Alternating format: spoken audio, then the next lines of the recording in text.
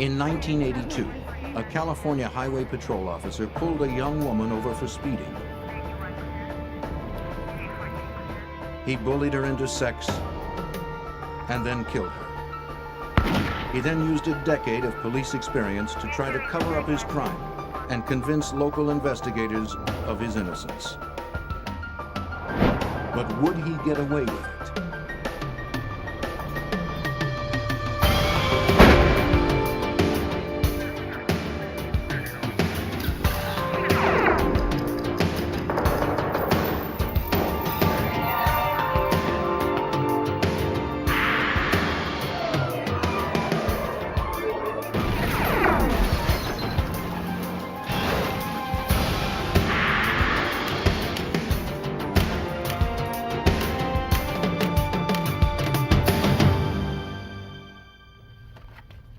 Society depends on trust and authority.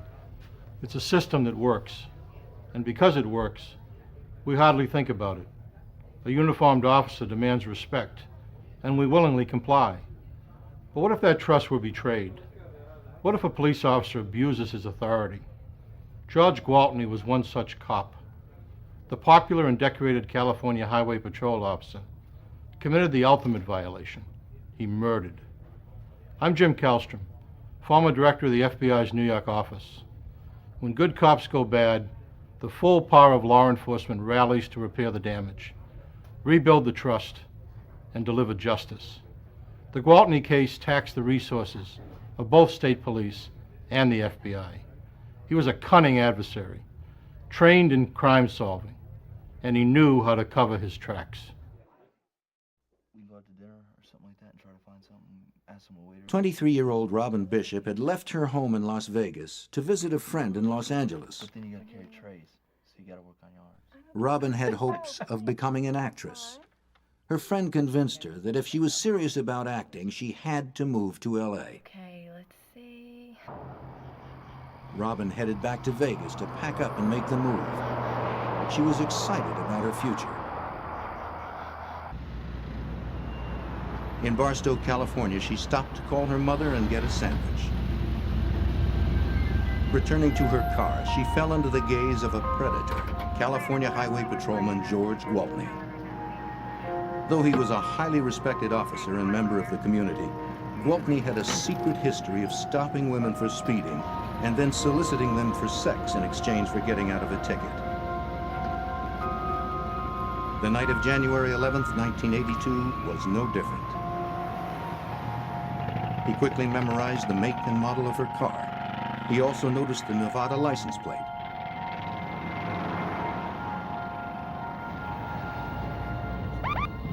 Next, Gwaltney saw a neighborhood boy he knew, a boy who, if necessary, could be used as a convenient alibi.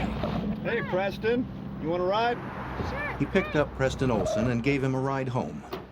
A former winner of the Officer of the Year award, Gwaltney was well known for such kind actions. Barstow parents trusted Gwaltney to keep a protective eye on their children. He dropped Preston off at his house and said hello to his parents.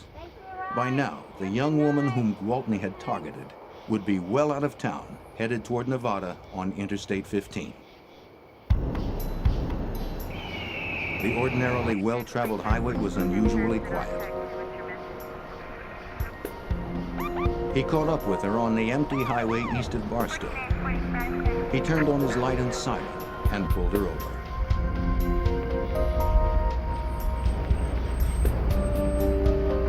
Robin Bishop had a string of tickets for speeding. She had in fact just finished a year of probation and had been given a warning that another ticket would cost her her license. Robin knew that a car and a driver's license would be essential for an aspiring actress in Los Angeles.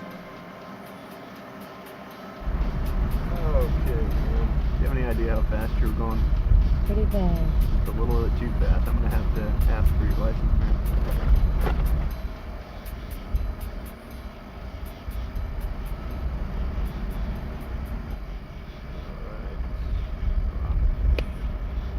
Okay, Robin, I'm going to have to ask you to get out of the vehicle and follow me back to my squad car. She left the keys in the ignition and her purse in the car. Let's take a little walk back to the squad car. Robin was probably surprised to be taken back to the patrol car, but she obeyed. Unfortunately, Gwaltney had more than a speeding ticket in mind. Go ahead and turn around for chance on your head. I'm going to have to cuff you and kick you in. For speeding? Yep, that's the law. I was just speeding. Gwaltney stood her up against the patrol car and handcuffed her.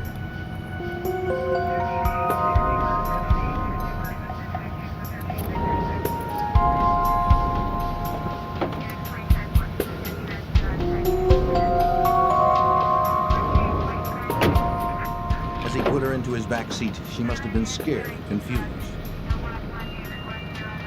Why the handcuffs? Where was he taking her? Gwaltney returned to her car to get her purse. At that moment, a car with a lone driver passed by.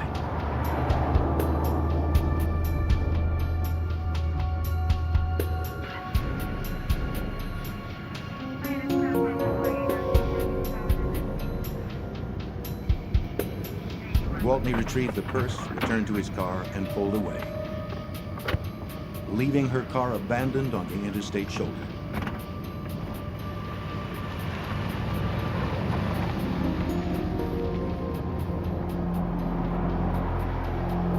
He drove Robin to an exit that led to a seldom-used access road running parallel to the highway. It was a place he often went to take a break during his patrol shift, a secluded lookout point where he could observe the highway some 400 feet away, clearly from all directions. There, holding the threat of jail or loss of license over her, Gwaltney raped Robin Bishop.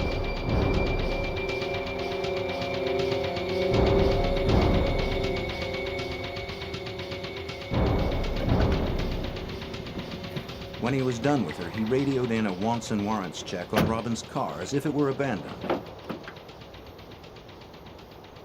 He knew he'd been spotted walking towards Robin's empty car. Yeah, I'd like to report a 2829. Yeah, license number 561 FBD. It was the first in a long line of lies covering his actions for the official record. Copy that. Second floor.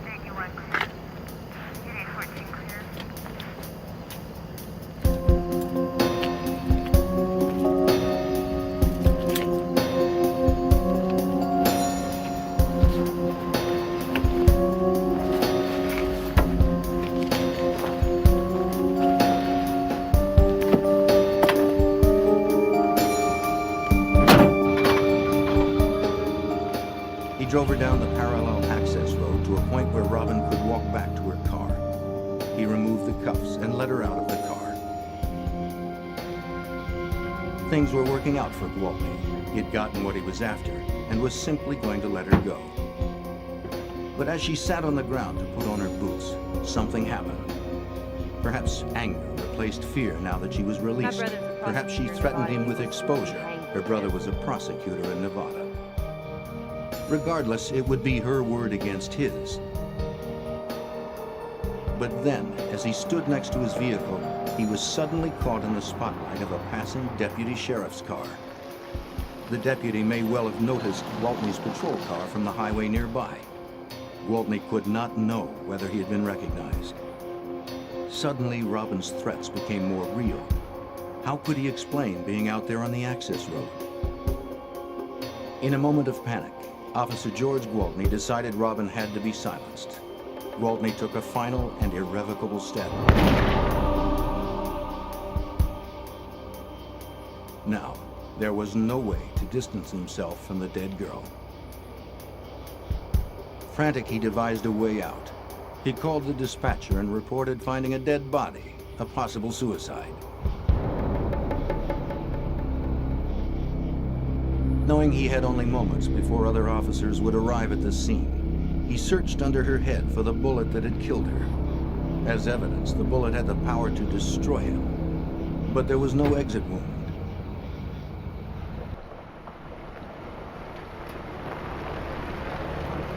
Homicide Detective Milt Rose of the San Bernardino County Sheriff's Department was sent to investigate the dead body found by Gwaltney. On his way to the crime scene, the dispatcher asked that he examine the abandoned car. as the body had been found a short distance away on the access road and was visible to investigators already at the crime scene. The police suspected there was a connection between the car and the body. I did not see any obvious signs of any malfunctions. No mechanical breakdowns. The tires were all in good condition. The vehicle was in gear. The keys were inside the vehicle. Why did the vehicle stop at the location it was at? At the crime scene, Officer Gwaltney was now composed and professional. He described how he found the victim, checked for a pulse, and looked in her purse for identification. The Nevada vehicle registration and driver's license identified her as Robin Bishop, owner of the abandoned car he had called in earlier. Although Officer Gwaltney had reported an apparent suicide, Detective Rose quickly ruled out that possibility. The victim had been shot in the back of the head at close range, then moved slightly.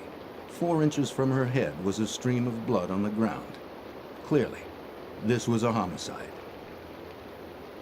Recent rainfall made tracks and footprints from Gwaltney and his cruiser clearly visible in the damp sand. In this general area, we found a couple of footprints that appear to come around the front of the vehicle. They travel around in the front of the vehicle and off in a direction sorted towards the middle area of the vehicle. We travel over here into an area about where this bush is located, or right in this general area, and that's where Robin Bishop's body was found. The other footprints that we found were leading from the driver's door on the Highway Patrol unit to an area towards the front of the vehicle and then over towards Robin's body, kind of facing off in the easterly direction. The first officer arriving on the scene criticized Gwaltney for the profusion of his footprints, a clear contamination of the crime scene and uncharacteristically sloppy work. Why are you going to do this? You need to come to the crime scene right here. Further examination, I noticed what appeared to be marks on her wrist. The marks were familiar to any police officer. 2 thin marks across the top of her wrist and 1 across the bottom, typical of those made by handcuffs. Then, when Detective Rose examined the contents of the victim's purse, he could find no signs of robbery, but the vehicle registration and driver's license were lying on top of the purse's contents, as if they'd been shown to someone and quickly thrown back into the purse. It indicated to me that we needed to take a look at some type of vehicle stop where somebody in some type of position of authority possibly stopped this car. To Rose, the evidence pointed to the involvement of a police officer or someone posing as one. Every investigator at the crime scene was either a friend or a colleague of Officer Gwaltney. That he might be connected with the crime was not even considered at this point. An autopsy was performed. The results confirmed that the body had been moved slightly after being shot, and that the bruises were in fact made by handcuffs. The fatal bullet was found lodged in Robin's jaw. Though it was the caliber of a standard police service revolver, the brand was not the standard ammunition. The autopsy also showed that she had had sex within 24 hours of her death, but there were none of the normal physical signs of a forcible rape. The first thing we needed to do was to eliminate people that had been to the scene or could have been in the area. Other highway patrol officers, other deputies, whoever was in that particular area around that time frame. We needed to start with Officer Gwaltney to begin with, because Officer Gwaltney was a person who found the body. Gwaltney's survival depended on staying one step ahead of the investigation. When he finished his shift that night, he struggled to remove the gun barrel from the murder weapon. It was the one piece of hard evidence that could conclusively implicate him in the crime. Gwaltney knew his gun barrel left identifiable markings on the bullet that killed Robin Bishop. The next morning, he went to a local gun shop to order a new barrel, which would confuse a ballistics test. But the barrel was not in stock and had to be ordered. Then he took his uniform to the dry cleaner and his holster to the repair shop for re-dyeing and restitching. All that remained was to stall for time until the gun barrel arrived. In Barstow, Rose held a briefing that morning with the police and sheriff departments to discuss the case.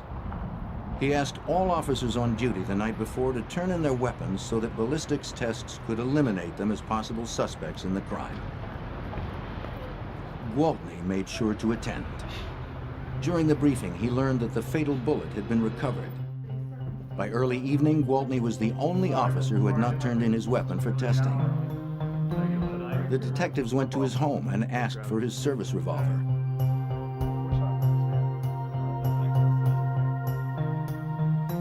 He returned moments later with the wrong gun, his off-duty weapon. George, this isn't your service revolver, and that's what we need. Your service revolver. Yeah, service. I mean, everyone else. The captain sent him back for his service revolver, but he returned empty-handed. You aren't going to believe this, but it's been stolen. What do you mean stolen? Well, George. there's been some burglaries in the You got He claimed neighborhood. that his house must have been burglarized. The gun was missing. Have to ask for your. The story sounded doubtful, Just a formality. but because Gwaltney was a highway patrol officer, Detective Brian English with the San Bernardino County Sheriff's Department was inclined to believe him. I kind of empathized with him because we were, in my opinion, we were looking for evidence to show that he didn't do it. It was some criminal that did it. You know.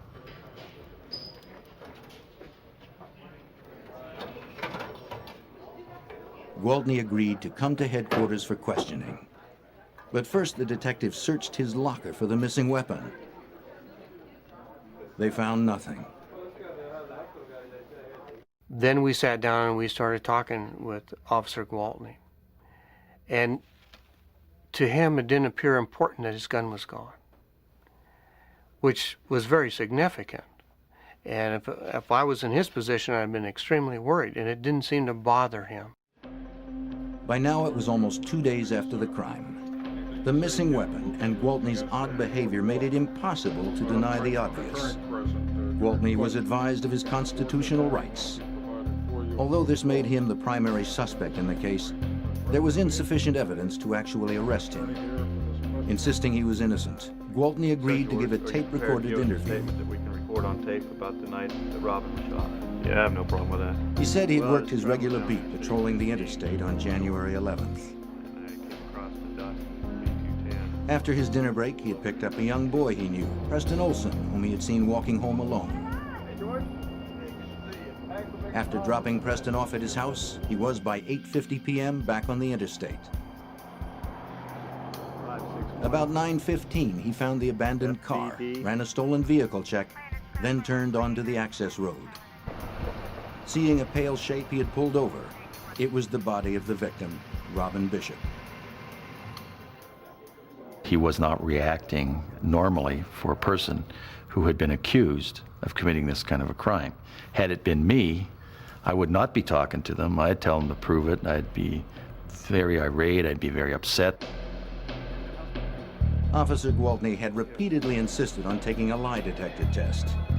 He reiterated his statement and then answered a series of critical questions, including the direct question, had he killed Robin Bishop? No.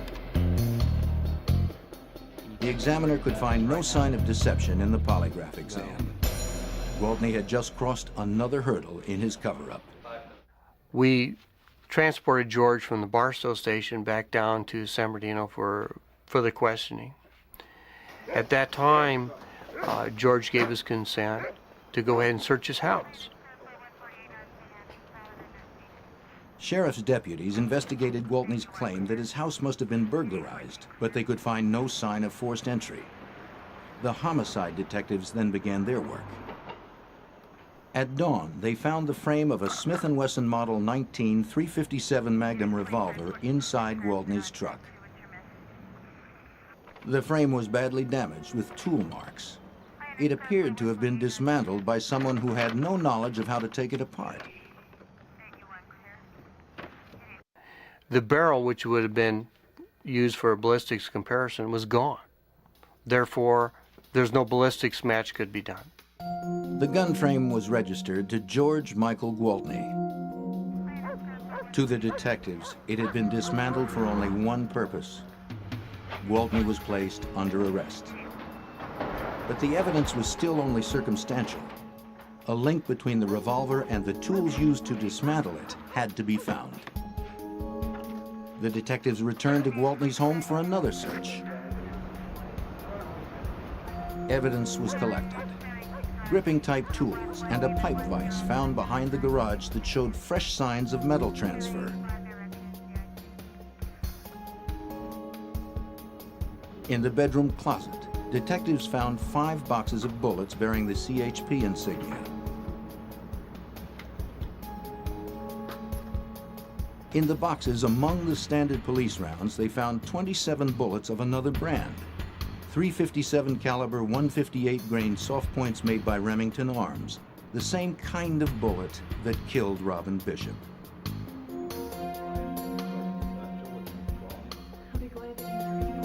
Gwaltney's wife was in a state of shock and disbelief. When questioned, she assured the detectives again and again that George had not been acting strangely or in any way different lately. He was a good husband and a good father to their children. He's a wonderful husband and a very caring father. News of Gwaltney's arrest stunned the small community of Barstow. His fellow officers had known and respected him for decades. Despite the considerable evidence against Gwaltney, they were unable to accept his possible guilt. Pretty dramatic and emotional thing when another law enforcement officer is accused of committing a murder. Most of the people knew George, and they could not believe that George Gwaltney could have done something so bad. I recall a couple of the officers that were close friends of his were in tears when I was interviewing them because they didn't want to believe that George could do this. Even the investigators struggled to come to grips with the conclusion they had been forced to draw. My feeling was, he didn't do it. He couldn't do it. He's a highway patrolman. But the evidence continued to mount. Semen was found in the backseat of Gwaltney's cruiser and in Robin's jeans. A critical report was filed by Sheriff's Deputy Roger Kaufman, who had been out of town the days following the crime and had only just learned of Gwaltney's arrest. He described driving by the exact crime scene area about the time of the murder. From the interstate, he spotted a car's parking lights on the little-used access road. Shining his spotlight on the car, he saw an officer standing by it, but was driving too fast to identify him. Barely minutes later, he heard a very upset Gwaltney calling in a possible suicide on the radio. He'd been surprised to hear Gwaltney, a man known for his unshakable presence, sounding so agitated, but had not given the incident any thought until he learned of the arrest. As the investigation progressed, it became apparent that Gwaltney had used his knowledge of investigative procedure to thwart detectives' efforts to collect evidence against him. His uniform had been dry cleaned, his holster re-dyed and restitched, allegedly for an upcoming inspection. Any evidence of blood or tissue transferred from the gun had been destroyed. His footprints had altered the crime scene.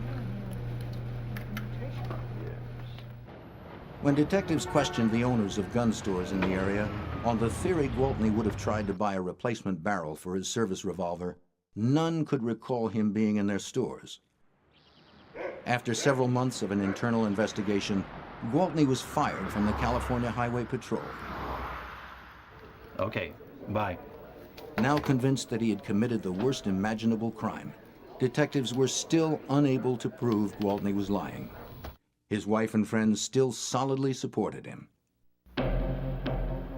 9 months later, the trial began, with prosecutor Betty Kennedy confident that the considerable evidence, though mostly circumstantial, was strong enough to result in a quick conviction. In his opening statement, defense attorney George Porter told the jury that George Michael Gwaltney was the victim of a frame-up, possibly by someone in his own department. Someone stopped Miss Bishop, as he would show, but it was not George Gwaltney. The defense produced a key witness, railroad worker Dennis Gubler, who testified that he had passed Robin Bishop's empty car on the highway shoulder that night. A light-colored car was parked 50 feet behind it. Gubler described to the jury a man carrying a flashlight who was approaching Bishop's car. His description, however, seemed to eliminate Gwaltney as the man he saw. Other suspects, Porter contended, must be considered. The prosecution constructed a precise and elaborate timeline for the jury, from Robin's final phone call to her mother in Barstow to Gwaltney's radio call reporting the discovery of her body. The timeline included all of Gwaltney's known actions and time for the murder as well. The prosecution believed its case was bulletproof. Travel times, the pickup of the Olsen boy, the deputy's sighting, the radio calls, everything. But Gwaltney's attorney countered by producing dozens of witnesses, CHP colleagues and personal friends who testified to his impeccable character and record. He used the timeline itself to cast doubt on the series of events. Could Gwaltney possibly have had enough time, barely 20 minutes, to do all he was accused of? The defense easily challenged the scientific analysis of the semen samples from the car and the victim. The technology for using DNA in the courtroom was still 6 years in the future. In addition, Porter was able to cast doubt on the prosecution's inconclusive tool mark analysis of the gun frame and tools taken from Gwaltney's vehicle and residence. Nevertheless, the prosecution believed the bullet evidence and the dismantled gun frame would be enough to convince the jury. The strongest evidence that we had in the particular case was the frame of the gun. How can you explain the frame? How can you explain why it was in the vehicle? Why was it taken apart? Why was the barrel missing? Why was the cylinder missing? The grips, the hammer, the trigger? Why? Gwaltney was prepared and polished, providing the defense with its best witness, himself. He had an answer for everything that was questioned to him. And every answer he had was feasible. And what their defense tactic was to put a small amount of doubt into each one of the items of evidence that we presented. And that's what they did. And George did an excellent job of tying up all the loose ends when he testified. In the end, the testimony of 50 witnesses in 30 areas of expertise and all the accumulated evidence failed to convince the local jury. After 4 days, a deadlock was declared, 8-4 in favor of acquittal. George Gwaltney was a free man. Nothing is, as some people say, a slam dunk. And you never know which way the jury's going to go. You never know which evidence the judge is going to let in and which evidence the judge won't let in. So, because I wasn't involved in the daily routine, I was very much surprised that George was not found guilty. We spoke to a number of the jurors, and a few of the jurors thought there was a good possibility George was the one responsible, but they couldn't believe he actually did it. And if he did do it, he was a highway patrolman. He worked hard. He worked for the community. He was respected. We just couldn't find him guilty. Still believing George Gwaltney was guilty, prosecutors were determined to get a conviction. Less than 1 year after the mistrial, Gwaltney was tried again in Superior Court. But with little new evidence presented, the trial ended in another deadlocked jury, 7-5 in favor of acquittal. George Gwaltney walked away, seemingly out of reach of the law. I was stunned. I sat around for several hours just thinking about it, rehashing what could have we done to change the outcome. What could we do if and when there's another trial? Arguing the appearance of harassment, the judge denied prosecutors a third trial. It appeared that George Gwaltney could not be brought to justice in the town of Barstow. We felt, and I was convinced, that George killed this lady and that we needed someone to come in and prosecute George. George needed to pay for what happened. From the moment of Gwaltney's arrest, the FBI had been watching this case with great interest. Anytime a homicide involving a police officer takes place, the FBI monitors the investigation. After Gwaltney was acquitted a second time, there was enormous public pressure to find the truth surrounding Robin Bishop's murder. The FBI's Los Angeles field office decided it was time to intervene. The FBI knew that George Gwaltney could never be tried again for Robin Bishop's murder in the state of California. But in a federal court, he could be charged with violating her civil rights. By killing Robin Bishop while he was on duty, George Gwaltney had committed a federal crime. By taking her life, he had violated her civil rights. This had never been argued in a criminal trial before. But the FBI and federal prosecutors believed the Bishop murder was a perfect test case. The case was assigned to Special Agent Michael Randolph. Gwaltney was like a wolf in the sheep pen. The local law enforcement didn't know that he was the perpetrator.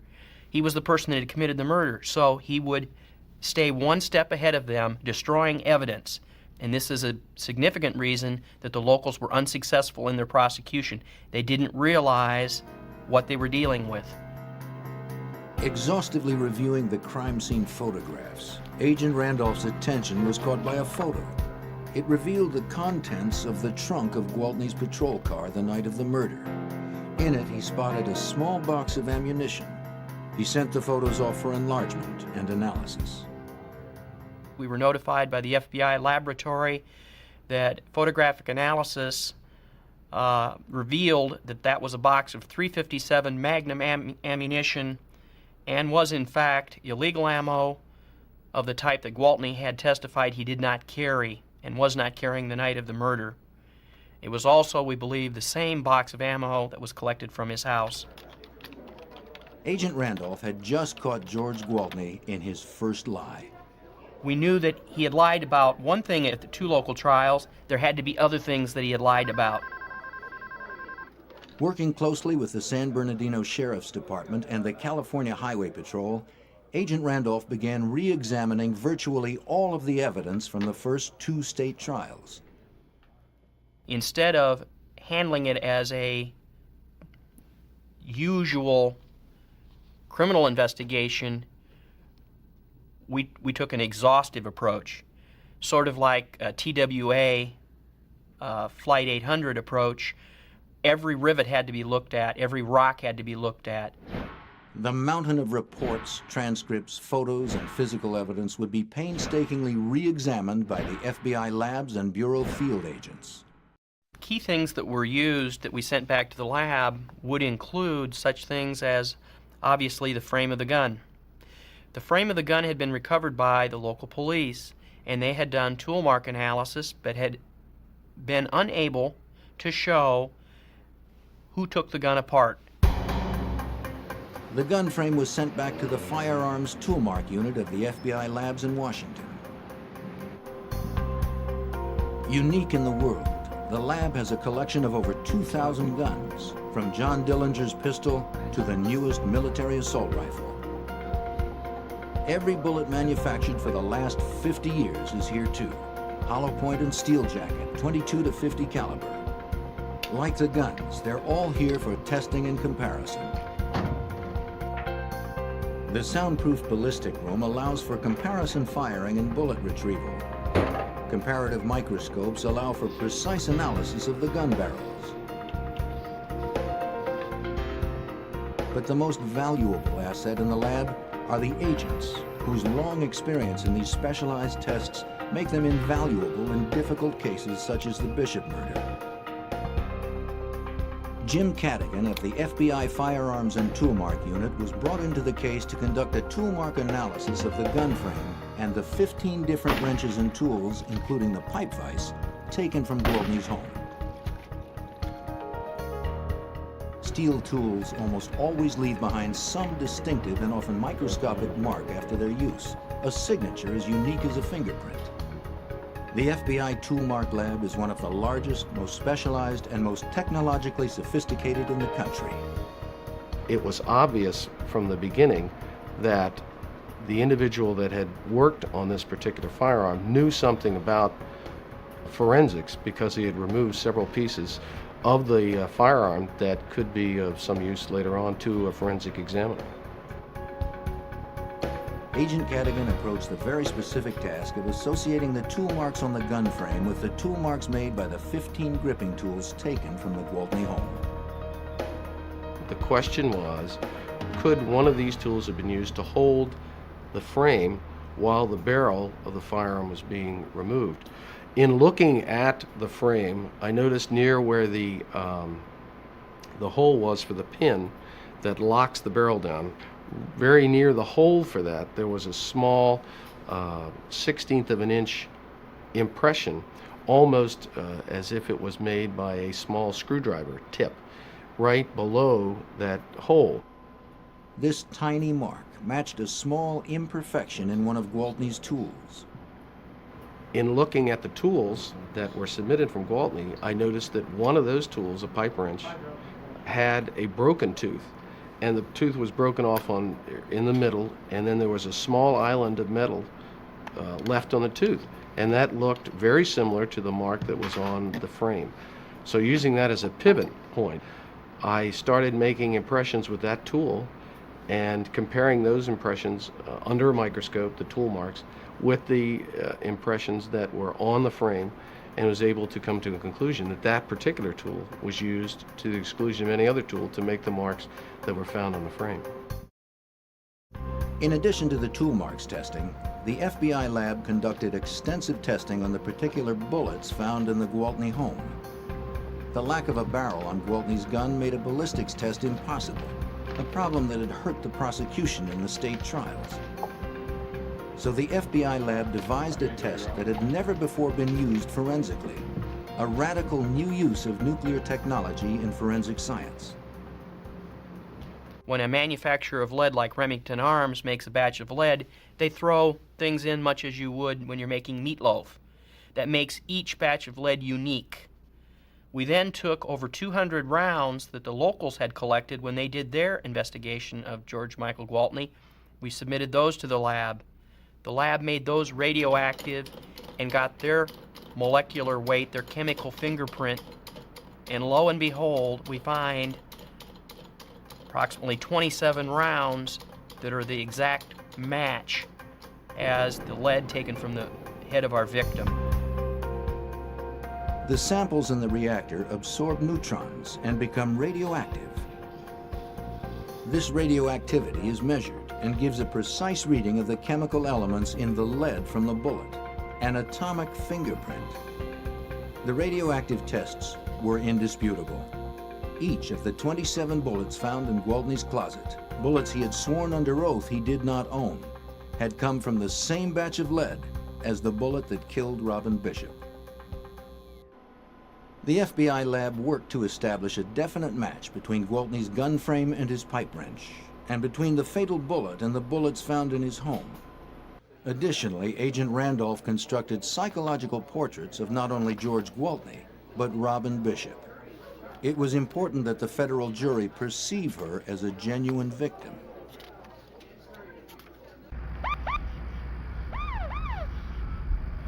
Robin Bishop was raped by someone she was taught to respect and trust, an officer of the law. This made it very easy to understand the lack of force of violence that was evident in the crime scene other than the trauma. And she was compliant. She respected law enforcement authority. She's the type of person that pulled over and opened her wallet and handed her and stood out and was handcuffed even though she knew all she had done was a speeding ticket. It made her an easy victim. In the same way, the FBI examined every aspect of Gwaltney's background to gain an understanding of his behavior around women. By questioning a woman who admitted to having an affair with Gwaltney, it was learned that she would meet him at his regular spot along the isolated highway for sex. The same exit to the access road where he had taken Robin Bishop.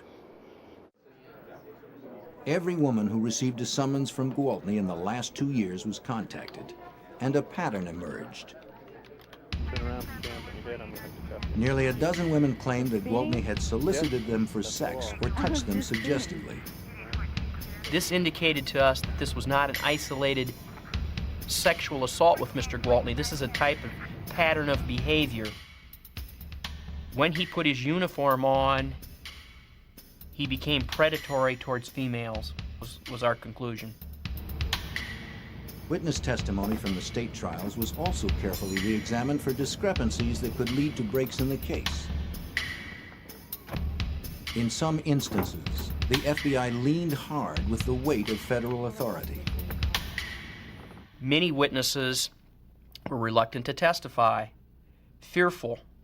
It's a small community, everybody knows everybody. We had to let them know that a federal investigation is just not a local matter that's going to blow away with the wind out in the desert. We're going to be here until this is resolved. This persistence led to one of the most crucial breakthroughs in the case.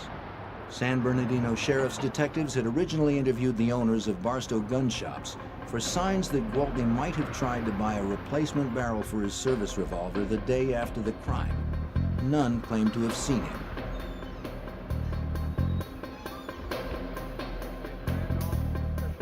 One of those interviewed was a Mr. William Addington, owner of the Powderhorn Gun Shop. He had denied during both state trial investigations that George Gwaltney had been in his shop the day after the murder. But printouts from the shop's phone bills caught Addington in a lie. And we found toll records that show the day after the homicide, late in the afternoon, after the briefing that Gwaltney had attended, Mr. Addington had made a phone call up to this gun shop in Sacramento attempting to order a barrel for the type of weapon that Mr. Gwaltney carried that was now missing the barrel. Now confronted by the FBI with this evidence, Addington admitted that Gwaltney had been in his store trying to buy a barrel for his revolver the day after Robin Bishop's murder. Addington had previously lied to state investigators in an effort to avoid getting involved. Fearing that lying to the FBI was a felony, Addington broke down. Reviewing the timeline of events, the FBI found that Gwaltney had created a false alibi to cover his visit to the gun shop and shoe repair shop where he'd had his holster cleaned and dyed, claiming to be on duty at the time. Gwaltney's story was falling apart. But the most important part of the timeline that the FBI reviewed was the pickup and delivery of the neighborhood boy Preston Olson. The problem with that story was nobody had ever sat down with Preston Olson. He testified at 2 trials, and he verified what Gwaltney said. But as the FBI went over the events with Preston and his mother, minute by minute, they realized that Officer Gwaltney had actually left the boy's house a half hour earlier than his original testimony. Preston never owned a watch and had never timed it, and nobody had ever done a timeline analysis with him. This new information and the resulting revision of the timeline was one of the most important developments in the FBI's case. We didn't stop for anything. There was no traffic whatsoever. He can't change his story. He's locked himself in on 2 local trials to the local timeline. So the timeline was very significant. It gives him a half hour he has no explanation for. With a revised timeline, Officer Gwaltney now had ample time, 20 to 40 minutes, to stop Bishop, handcuff her, force her to have sex with him, then shoot her. Gwaltney knows she's got out-of-state plates. She's an attractive young blonde woman. He zips up the road, takes him a couple minutes, and then gives chase.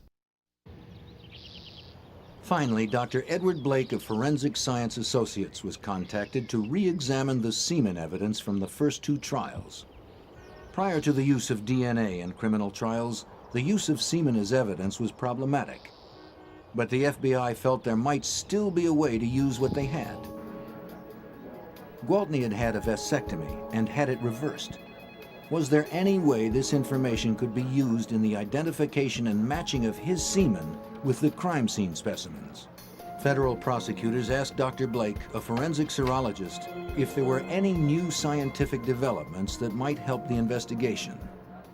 He said, well, I mean, science does progress over time, does it not, Dr. Blake? I mean, maybe there's something, and would you be willing to just look into the matter? And I said, well, I happen to know some people that are involved in fertility work, and one of the elements that's involved in this case is the idea that Mr. Gwaltney had had a vasectomy and had it reversed. Dr. Blake learned from colleagues at the University of California that a vasectomy reversal can sometimes cause the production of anti-sperm antibodies. The body reacts to sperm seeping into the bloodstream as if it were invading germs. The phenomenon is highly unusual and could conceivably be used as a marker in seminal fluid. He sent samples from Gwaltney to the University of California lab. We found that not only do those fluids contain the anti-sperm antibodies, the antibodies were there at very, very high levels. And that provided the incentive to then explore the evidence itself. Dr. Blake learned of a new test used in fertility studies. It was called the immunobead assay test and could determine the presence of anti-sperm antibodies in the crime scene samples. Because this kind of evidence had never been used in court before, Dr. Blake videotaped the test to show the jury in the federal trial. Ultimately, extracts that were prepared from a pair of genes that were on Robin Bishop's body, samples that were taken from the Highway Patrol car seat were prepared, and these samples were tested for the presence of these anti-sperm antibodies. And in both of those samples, the anti-sperm antibodies were found. During the 6-month FBI investigation, all of the re-examined evidence and all of the new witness testimony led to one bedrock certainty for the special agents working on the case.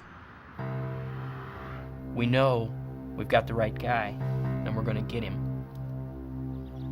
George Gwaltney was going back to court. George Michael Gwaltney was indicted by a federal grand jury for violating the civil rights of Robin Bishop and arrested. He was the first California law officer to be charged under the federal civil rights statute. Once again, he pleaded not guilty. But for the first time since the ordeal began, Robin Bishop's parents had hopes for a different outcome. This time, George Gwaltney faced a federal court and the FBI. It was clear from the beginning that the federal trial would not be a repeat of the first two trials. The federal trial began on January 17, 1984, in the U.S. District Court in Los Angeles. George Gwaltney was represented by public defender Carol Douglas, who chose not to have his client testify. He knew George Gwaltney was in serious trouble. And then he subsequently murdered her. Gwaltney knew that we were breaking his alibis, breaking his stories, and that he was going to have to concoct a new story. He had painted himself into a corner, and we were going to use his brush to paint him into a jail cell. This is a frame-up. As the trial progressed, the FBI punched a hole in every strong point of Gwaltney's earlier defense. The prosecution told the jury that Gwaltney had marked Robin Bishop as prey the first time he saw her in the fast food restaurant. With the testimony of the other women he had abused, Gwaltney's Officer of the Year image crumbled. After dropping Preston Olson at home, he pulled Bishop over and ordered her into his patrol car. The new testimony now gave him plenty of time. Following an established pattern, he drove to a familiar secluded spot and forced her into a sexual bargain, corroborated by the semen stain on the back seat of his new patrol car. As she sat struggling to put her boots back on, the blinding spotlight of Deputy Kaufman's patrol car hit Gwaltney, placing Gwaltney on the access road with Robin Bishop away from her car. Having no idea of who had seen him or what they had seen, he panicked and killed Robin Bishop. Then he breathlessly called the dispatcher with a possible suicide. The autopsy and the crime scene photos showed that he had not moved her head to check for a pulse. The movement was too great. He was desperately searching for the bullet that killed him, one in a series of actions in which he tried to cover up his crime. That night, Gwaltney roughly removed the barrel from the murder weapon, which left the microscopic tool-marked fingerprints that matched the gun frame with Gwaltney's tools. But perhaps most damning in the courtroom was the controversial immunobead assay test. Videotape of tested samples from Robin's jeans and the car seat show the tiny beads attaching themselves to the sperm. What you can see in these videotapes for the appropriate specimens, that is, specimens that contain the anti-sperm antibody, is the final stage of the analysis. Live sperm were shown swimming through the medium with the beads attached, indicating that the antibodies were present in both specimens. Dr. Blake was allowed by the judge only to indicate percentage results of his testing. He testified that Gwaltney's blood type put him in 12% of the population. Of that 12%, only 5% of those would test positive for the presence of anti-sperm antibodies. Less than 1% of the population could possibly have had sexual intercourse with Robin Bishop that night. As much as the defense might argue that the rest of the evidence was circumstantial, the scientific evidence was overpowering. The verdict was returned swiftly. When the jury walked in, they would not look at Gwaltney, and it was very clear that they had a guilty verdict. As far as I was concerned, I was pleased and that George had to suffer the consequences of his action, and that Robin Bishop's death didn't go uninvestigated. It was, it's a case you'll never forget. You took advantage of a vulnerable person. The judge gave George Gwaltney the stiffest possible sentence, a maximum federal prison term of 90 years and a minimum term of 30 years before becoming eligible for parole. Mr. Gwaltney, you have 12 years betrayed your later, badge. George Gwaltney died in prison of a heart attack. To the end, he claimed he was innocent and had been the victim of a frame-up.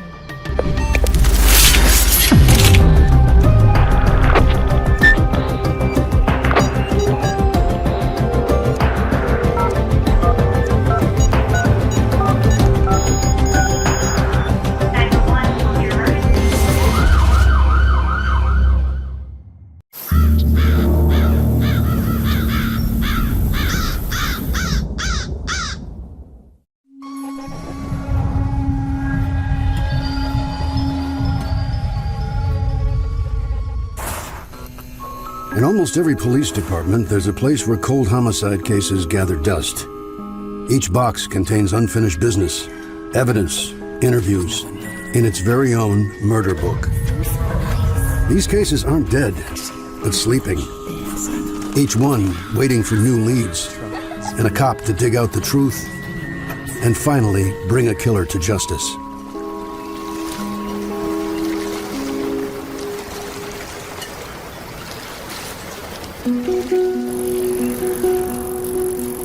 Largo, Florida,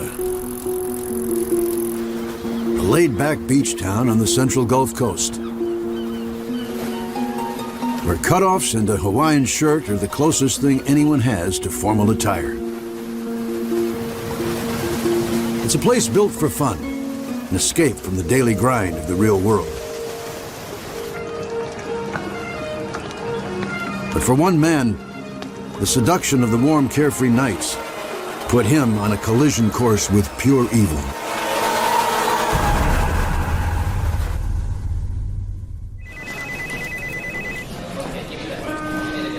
Homicide Detective Joe Coyle, one of Largo PD's finest, a local boy. He started as a patrol cop, then moved to the SWAT team. Then, after 10 years, he knew in his gut the law enforcement job he most wanted.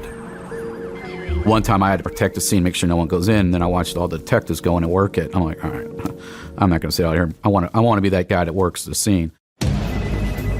In 2000, he's promoted to detective and soon gets a reputation as the guy who never stops until a case, hot or cold, is closed.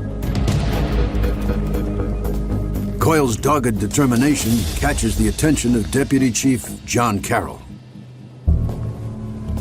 Detective Sergeant Coyle. Sir. I thought I might find you in here. In February 2003, John Carroll hands over a murder book to Coyle. I got a favor to ask. I have been obsessed with this case for 17 years. Bill Costco. Carroll remembers it like it was yesterday.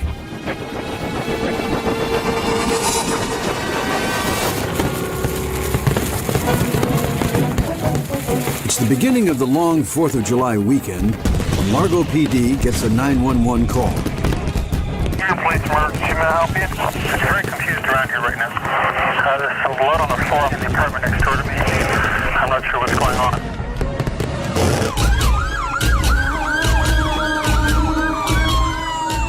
At 2:30 a.m., Detective John Carroll is called to a nice neighborhood on the east side of Largo. A body has been discovered in an apartment building by one of the neighbors. Videotaping crime scene. Inside the apartment, a table lamp was knocked over. Walking into the living room. As I recall, the TV was still on. There was a shag-style carpeting, and there were pools of what appeared to be blood on the floor in the dining room, living room area. Showing blood splatters on the walls.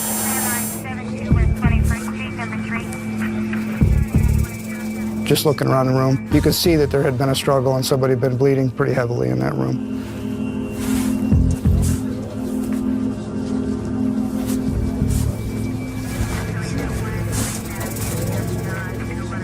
Our bedroom door was slightly ajar, and I was able to look around the door and see an obviously deceased person on the floor, covered with blood.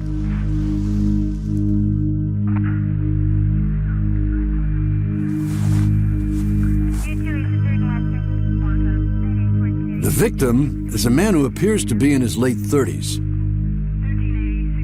His hands are tied behind his back with electric cord.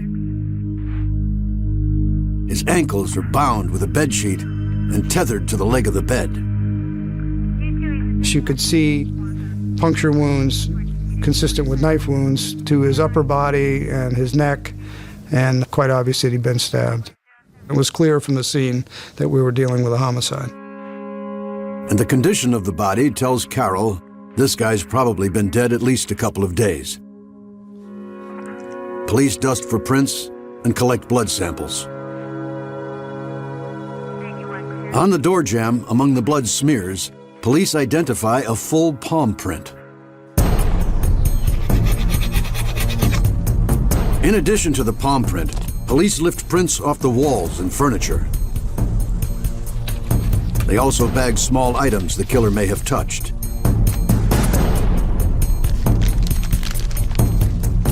What's conspicuously missing are the victim's wallet, his car keys, and the murder weapon. There were no signs of a forced entry to the apartment, so that kind of ruled out that it was some sort of home invasion. So initially I'm thinking this is somebody the victim knew. By the time Carroll gets back outside, cops are talking to the neighbor who called 911. Officer? The man tells them he noticed his neighbor's door was ajar, so he peeked inside. That's when he saw the blood and called them. He'd been watching the apartment since hearing something that caught his attention. A couple nights ago, there were a couple guys shouting, and then I heard some guy holler, "Stop that, stop that." When was that? It was so loud I wrote it down. June 30, just after 7 p.m. Monday. So 3 days ago. 3 days ago, yeah. Why didn't you call the cops? None of my business. The neighbor's not even sure who lives in that apartment, but he says after the loud argument, he saw a man leaving the complex in a hurry. The neighbor described the person that he saw run down the stairs, but he only saw him from above. A white male, medium build, seemed to have a tan complexion. He looked somewhat disheveled. He had bushy, sort of dirty blonde hair. Carroll may have just gotten a description of the killer.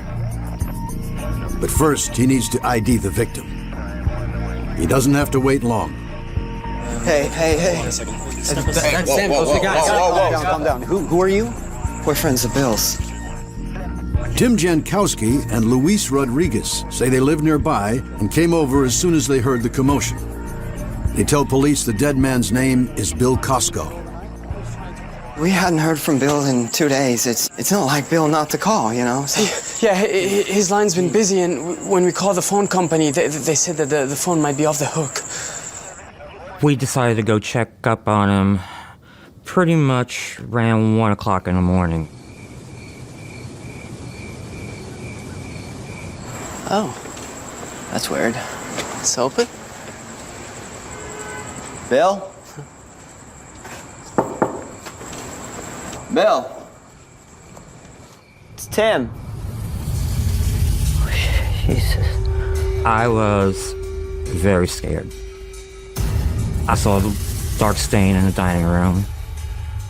And when I saw that, I knew that had to be blood. It couldn't be anything else. Bill? There? Let's call the cops. Quick. Let's go.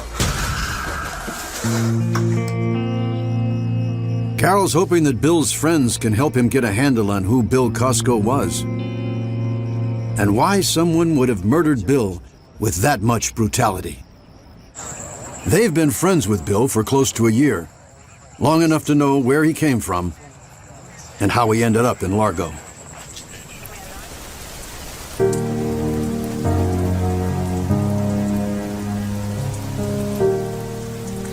Bill Costco was born in Utica, New York in 1948.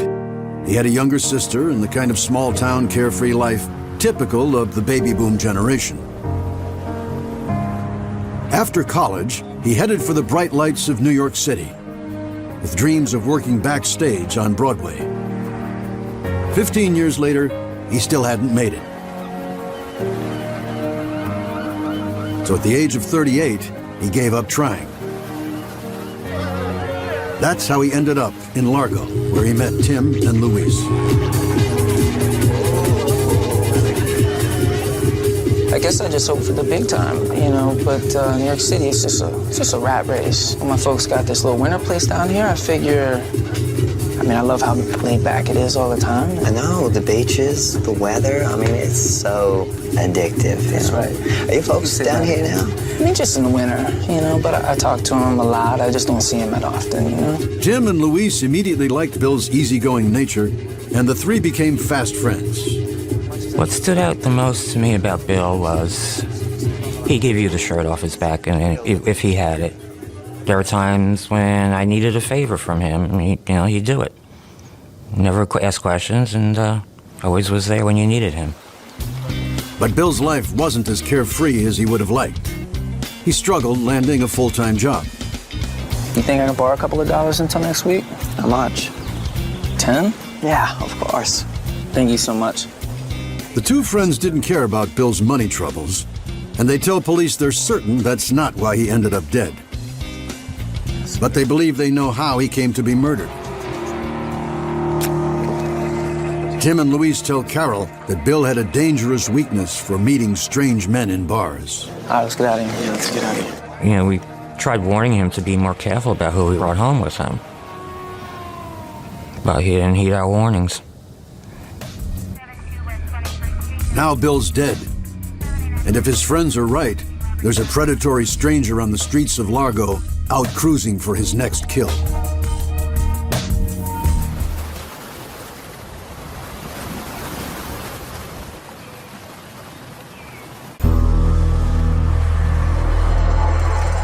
Carol puts out a bolo. Be on the lookout for the vehicle. 70s model.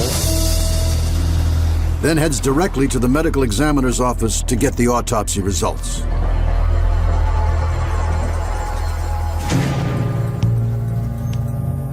The medical examiner confirms Bill has been dead for 3 days. He'd been stabbed to death. He had multiple puncture wounds to his upper torso. His carotid artery had been severed. He had defensive wounds on his hands. The defense wounds occurred before his hands were tied behind his back. So this is something that wasn't instantaneous death.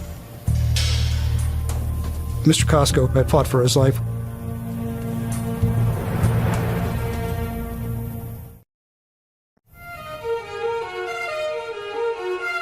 The question is, who would want to kill Bill Costco?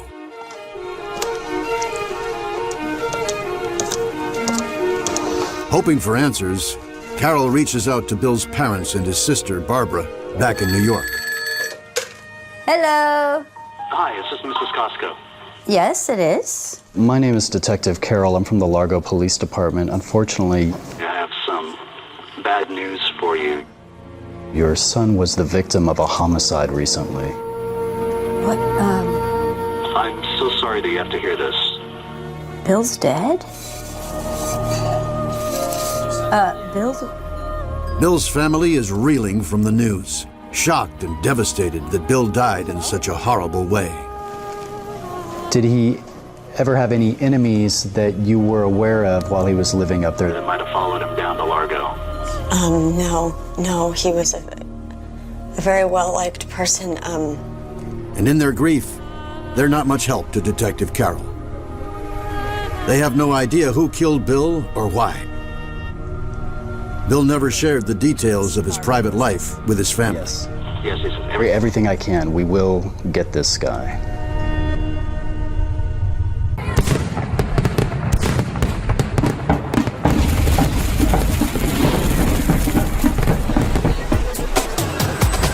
Carroll begins his investigation at the height of the July 4th weekend.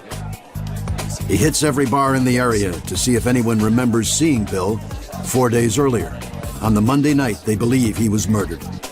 These bars were quite busy at that time. A lot of people out and about. The regular patrons of the bar were pretty much all present, so it gave us a lot of people to talk to. You recognize this guy? Yeah, I do. He's a regular here. And I don't think I've seen him here this week. Yeah, but you know what? You can ask those guys over there, because they know better than I do. They're here more often. Although lots of guys recognize Bill, no one remembers seeing him on Monday. Carroll works day and night to find a lead. The more time that goes by in a case like this, the colder the trail gets, obviously. But this was a whodunit. So you're just beating the bushes trying to find somebody that knows something. Since the killer has a 4-day head start, he also widens his search to include towns nearby. He strikes out everywhere.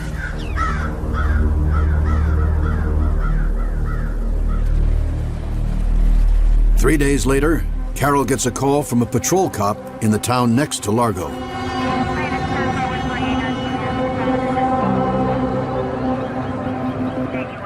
A police officer on routine patrol notices a car in a parking lot. The windows are down in the car, and it had just rained the night before, so he thought that unusual. How many license plate check on New York plates? Lima, Pop-Off, Romeo. The plates are registered to Bill Costco.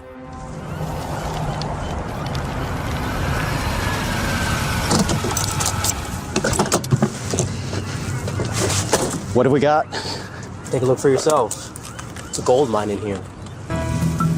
Inside the car, a crime scene investigator finds Bill's car keys, his empty wallet with ID, and underneath the front seat, bingo, a bloody jackknife. Let's make sure we get that over to blood matching. A few days later, the lab results come back. The blood on the knife is Bill Costco's. But there are no readable prints on it, and the ones from Bill's apartment don't offer up a suspect either. We lifted 49 prints from the apartment, 9 of which are unidentified. The rest are Bill Costco's and friends that we know about. What about the bloody palm print? Well, the blood was Bill Costco's, but the print itself is actually one of the 9 unidentified.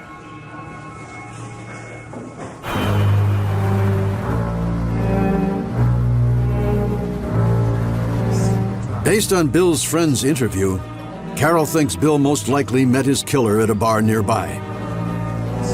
So he rechecks every watering hole in the area, whether Bill was known to go there or not. It's a grueling process. Why don't you take another look? This is pretty serious. Yeah, Yeah, I recognize him. Was he here with anyone? Yeah, some seedy, like drunk homeless guy. Can you describe him? Yeah, he had blonde, shaggy hair. And there's something else that stood out about him. He had a bandage on his arm. Did he say what the bandage was for? He said he got in a fishing accident. And I was working on a fishing boat, hooked up a mother of a fish, man. I got him in the boat, and it bit me. That sounds very scary. Yeah, man. The bartender draws a sketch of the man. It was pretty crude, but it just gave us something to show to witnesses, say, could this resemble the person you're talking about? Yeah, I was super drunk. The sketch works. Other customers remember seeing the blonde fisherman. And he had the big bandage on his arm. It was all dirty and everything, too. Where was he fishing? Tarpon Springs. Carroll follows up on the lead and heads to Tarpon Springs. First thing he does is check in with his buddy at the local PD, who remembers a guy who got hurt on a boat. I found him wandering around town. He was bleeding, really out of it. So what I did is I picked him up and took him to a hospital. Do you know where he went after the hospital?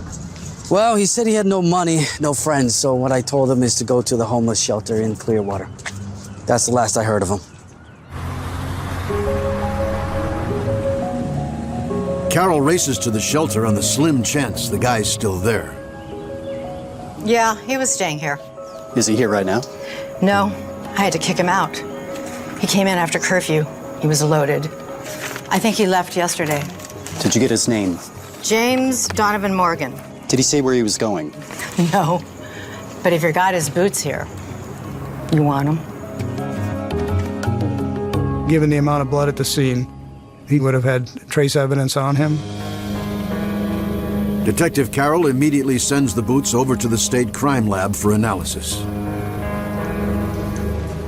While he waits for the results, he runs James Donovan Morgan's name, and wouldn't you know it, he pops right up. He's 33 years old and has done time for burglary, theft, and assault. His most recent arrest was in Boulder, Colorado. I need the prints of James Donovan Morgan. In 1986, the only way to get the material quickly is to have it hand-carried and flown in. A day later, Carroll has a copy of the prints from Colorado. Inside the envelope is a bonus. Morgan's mugshot. The resemblance to the sketch of the blonde fisherman Costco was seen with is unmistakable. Take a look at this. Looks like you got your guy. Everything's matching, and we have high hopes that the forensic evidence is going to identify him at the scene. Carroll submits Morgan's prints for comparison to the 9 unidentified prints from the murder book.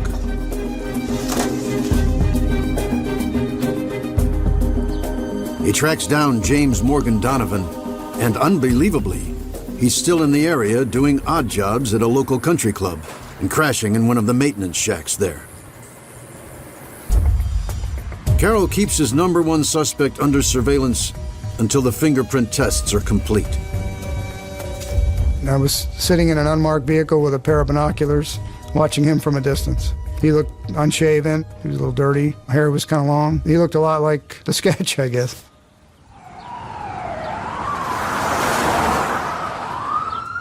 Three days later, the results come back.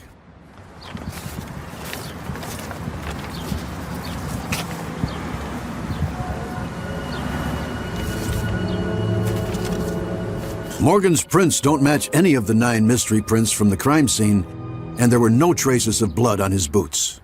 At that point in time, I would have to say that I was suffering from that tunnel vision because everything seemed to fit. We're kind of riding that high of finding this needle in the haystack, this person who was in the bar with the victim. It was a significant letdown that we didn't have any forensic evidence to support that. But sometimes the lab makes mistakes. And Carroll isn't ready to let go of his #1 suspect just yet. So he heads to the golf course to talk to Morgan. Hi, James. I'm Detective Carroll from the Largo Police Department. You mind if I talk to you for a minute? Yeah, sure. You recognize this guy? Yeah, I remember him. He confirms that he was at the bar with Bill Costco on June 30th. Yeah, we had a drink and then we went our separate ways. I just interviewed him more like a witness because I really had no evidence to connect him to the crime. You never went back to his apartment? No. You mind if I get a palm print from you? Oh, yeah, sure. My hands are a little dirty, but that's okay. Yeah. Sure. Well, honestly, when he was so cooperative to the point of giving me palm prints and so casual about our conversation, my gut's telling me it's not him.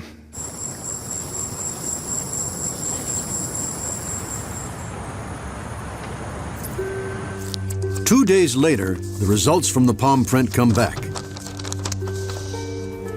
It proves without a doubt James Donovan Morgan didn't kill Bill Costco. So that means that the person that did do this is still out there, and now the trail has gotten cold. It's frustrating, and it's like go back to square one, start over. Carroll doggedly works the case for 4 more years. You know his name? But he never gets past square one again. Really don't know his name. There's a certain sense of inadequacy there. It's like, what could I have done differently on the first day and the first hours to get on the right trail? It's a case that you carry around with you when it's unresolved, and it's kind of always playing in the back of your mind. You owe it to the victim and the victim's family to do things right. In 1990, Carroll's promoted out of the Major Crimes Unit. The Costco case never stops haunting him. But with no new leads, the murder book goes back on the shelf, gathering dust, waiting for that fresh set of eyes or that big break to breathe new life into it.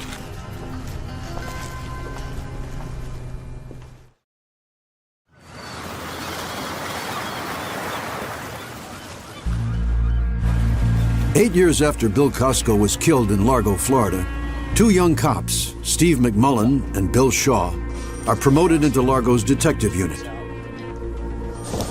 The duo has a reputation for working 24/7 and thinking outside the box.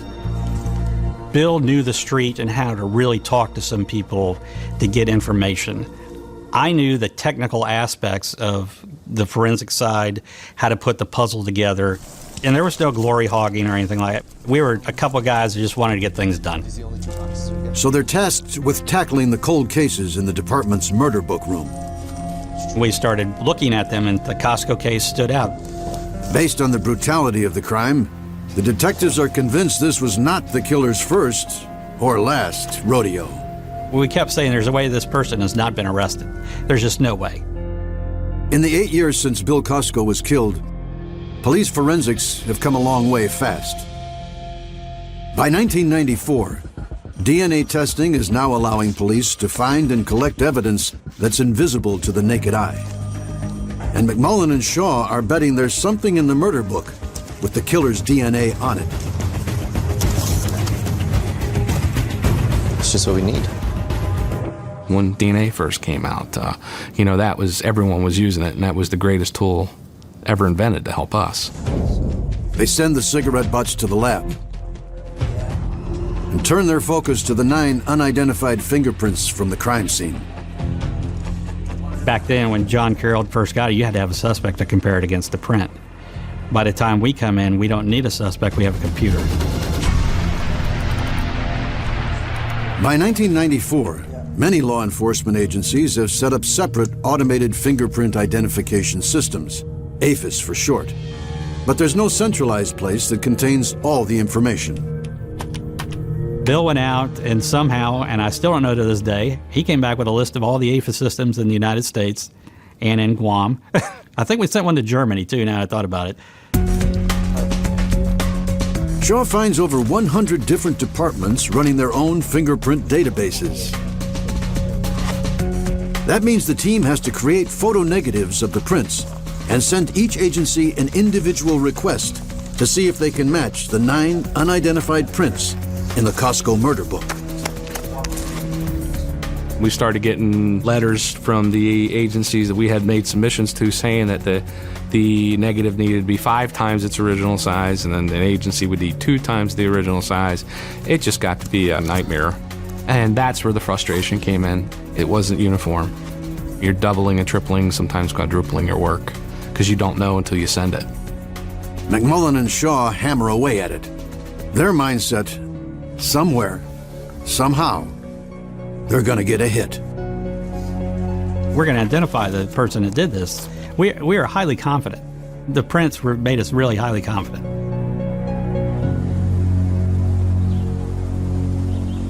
Over the next several months, dozens of responses trickle in, but they don't get a single hit. Another negative. McMullen! And when the DNA results from the cigarette butts come back, there isn't enough material to create a profile, let alone make a match. It's frustrating, very frustrating. It doesn't happen that often that you have that good of evidence on a cold case. We were baffled and disappointed because we are both convinced that this is not a one-time offender. They have done some other crime. For the next few years, the detectives looked for another way into the case and come up empty. In 1999, Bill Shaw is promoted to sergeant and put back out on patrol. Steve McMullen retires in 2001, and Bill Costco's murder book goes back on ice again. But no one in the department ever forgets it, especially John Carroll, the case's first detective, who's now deputy chief.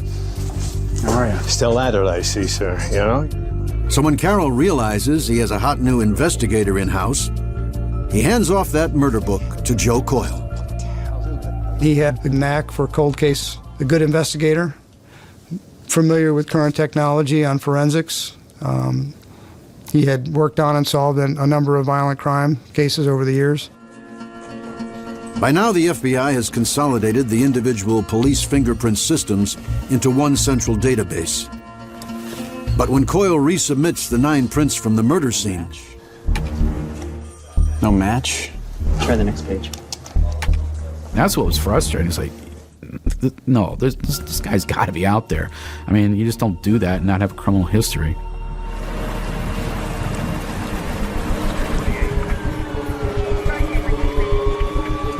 Coyle is pulled to work on urgent ongoing investigations.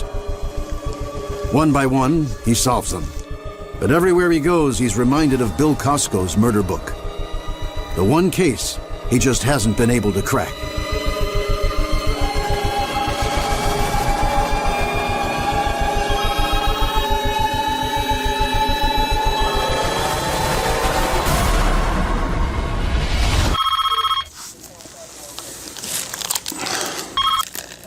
Coyle here. This is the Texas Department of Public Safety. This is Jill Kincaid. And who is this again?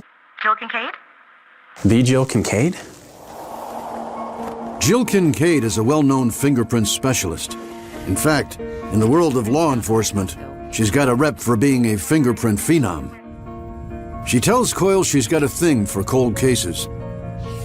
And with old records coming online every day, she held on to the prints from the Costco murder book since McMullen and Shaw originally sent them. Every so often, she'd run them. And finally, her persistence has paid off. Jill got 3 hits. It was the middle finger, ring finger, left thumb. All the viable prints came from a coffee mug collected at the crime scene and finally matched someone in the national database. I think I'm about to make your day. Your prints belong to A shoplifter arrested in West Palm Beach, Florida in 1978. His name is Jeffrey Scott Thomas.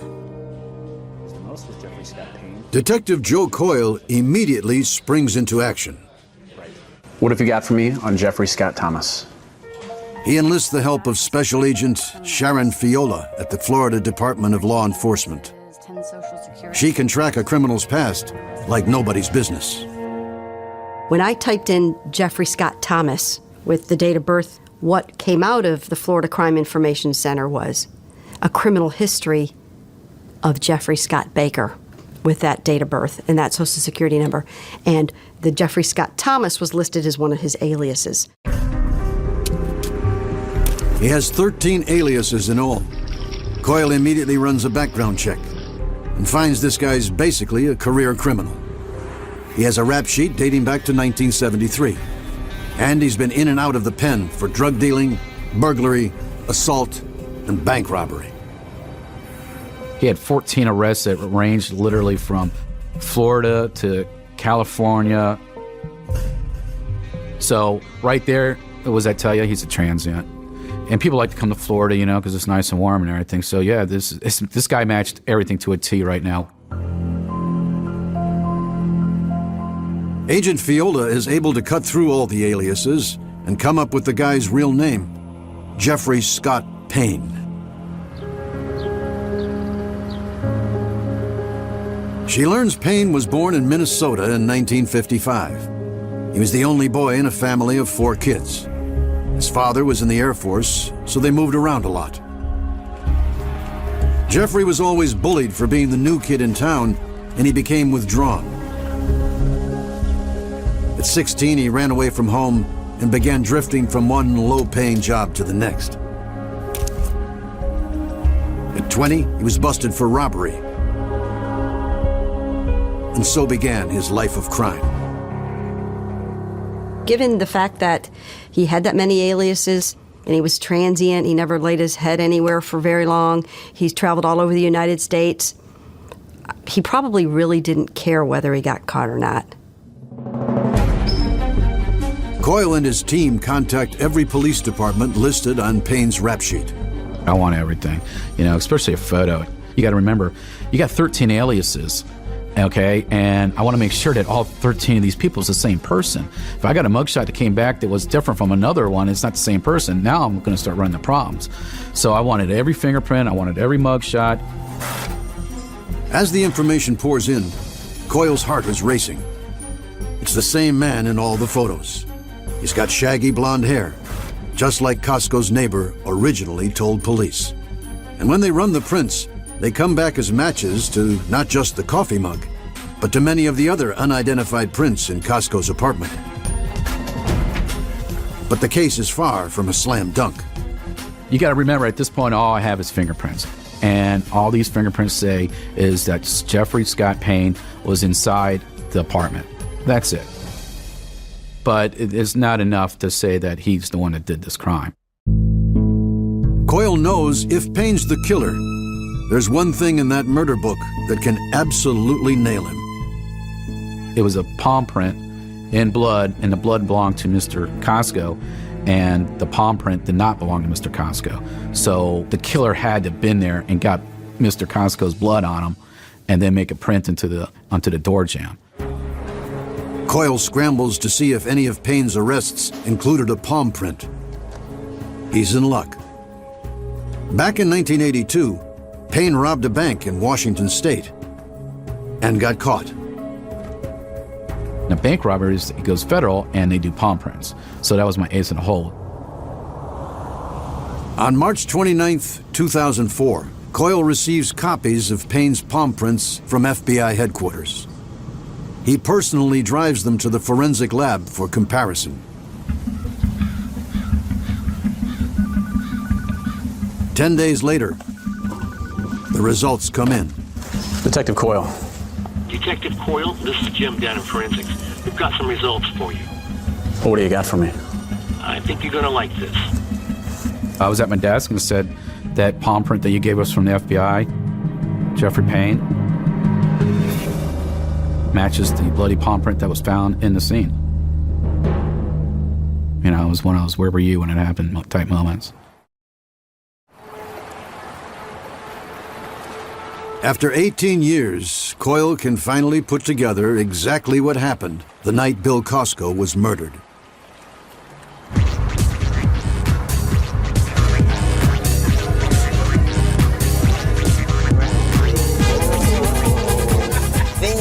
Bill had been out at the local bars. That's where he met Jeffrey Payne. They hit it off and headed back to Bill's place. It's too hot out here. Let's sit inside. Yeah, sounds good. But something went wrong between the two men. Stop! Stop! Stop! What are you doing? Stop!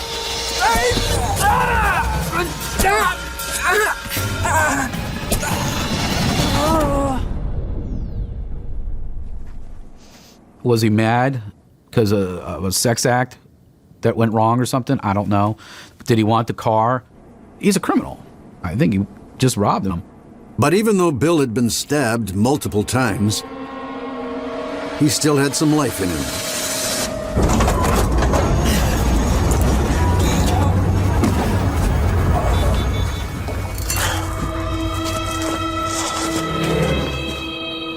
To make sure Bill stayed put, Payne tied his hands and tethered him to the bed. When Payne was certain Bill wasn't going anywhere, he grabbed Bill's car keys and took off into the night. A few hours later, Bill Costco was dead.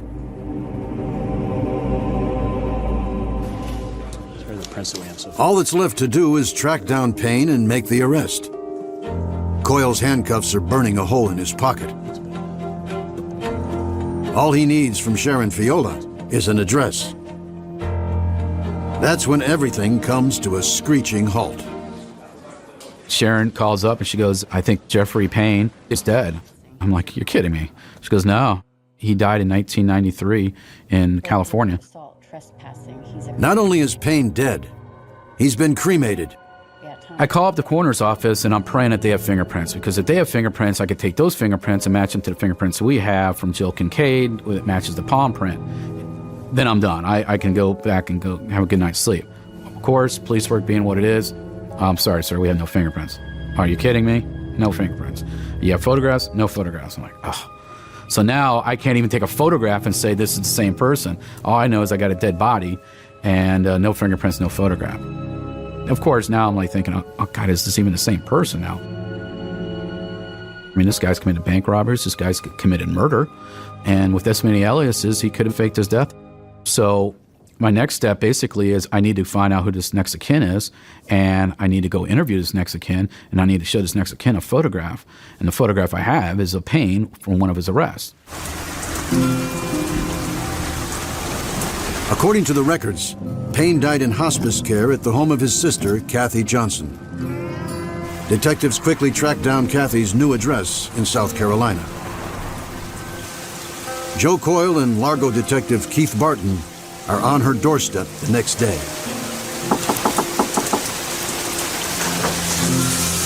Hi.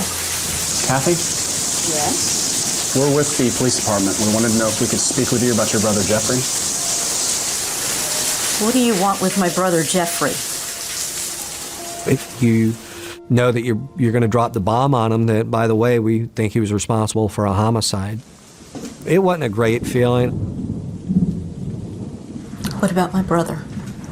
We have overwhelming evidence that your brother is responsible for a 1986 murder in Largo, Florida.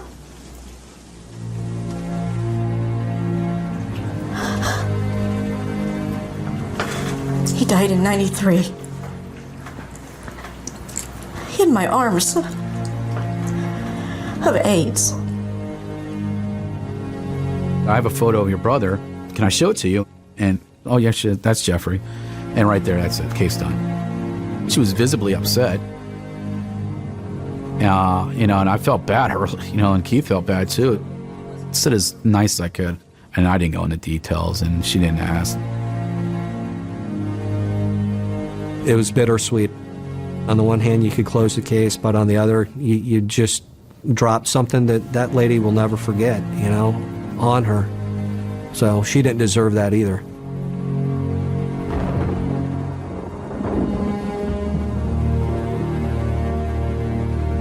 You don't get to solve many cold case homicides as a detective. So it was nice to say, hey, now you can go scratch that off, man, it's done. Everything goes back to the crime scene. Well, if they didn't pull up the bloody palm print, then McMullen and Shaw would not have sent off the prints. We wouldn't be here right now. So everything goes back to that crime scene and having the, frame of mind to make sure, hey, this is a clue. Jill Kincaid caught the killer, not us. All I know is the analyst in Texas got him, and she kept him, and she is the one that did it. It still just blows me away that this person hundreds of miles away would take the time to do that. For a 1986 homicide, she had no tie to this community. She had no tie to this state. This was outside her jurisdiction, but she took the extra time, the extra mile. The fortitude and the foresight to do this is unbelievable to me, to do it for this city. She's a star, plain and simple. Basic things that were done at the crime scene by me and by many others ultimately contributed here, but it was the hard work of people that came behind me that closed the case, so that makes me very proud of this agency. Would it have been satisfying to see him arrested and sentenced for committing this crime? Sure. At least the mystery has been solved.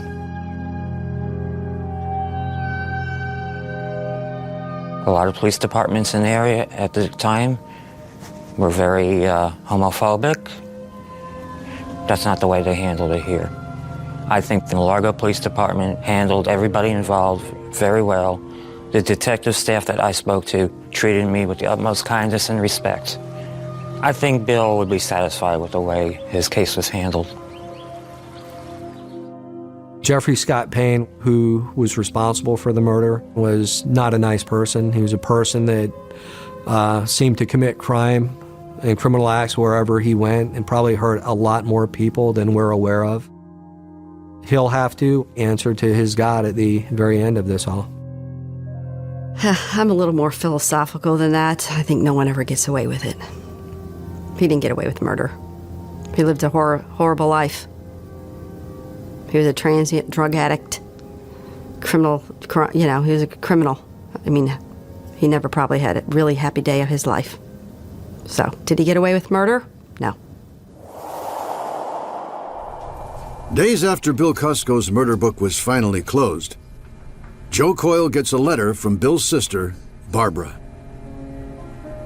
Dear Investigator Coyle, I am writing on behalf of my parents, Mr. and Mrs. William Costco Sr. I told them all of the work that you have done to solve my brother's murder case and that you did discover the person responsible for his death. My father had tears in his eyes, and my mother, who has never fully gotten over his loss, was very happy to know this person has paid for taking her son's life. I just would like to express my sincere thanks to you for the work and time that you put into this case. We are eternally grateful. Yeah, honestly, you can give me $1 million, you give me that letter, I'll take that letter all day long.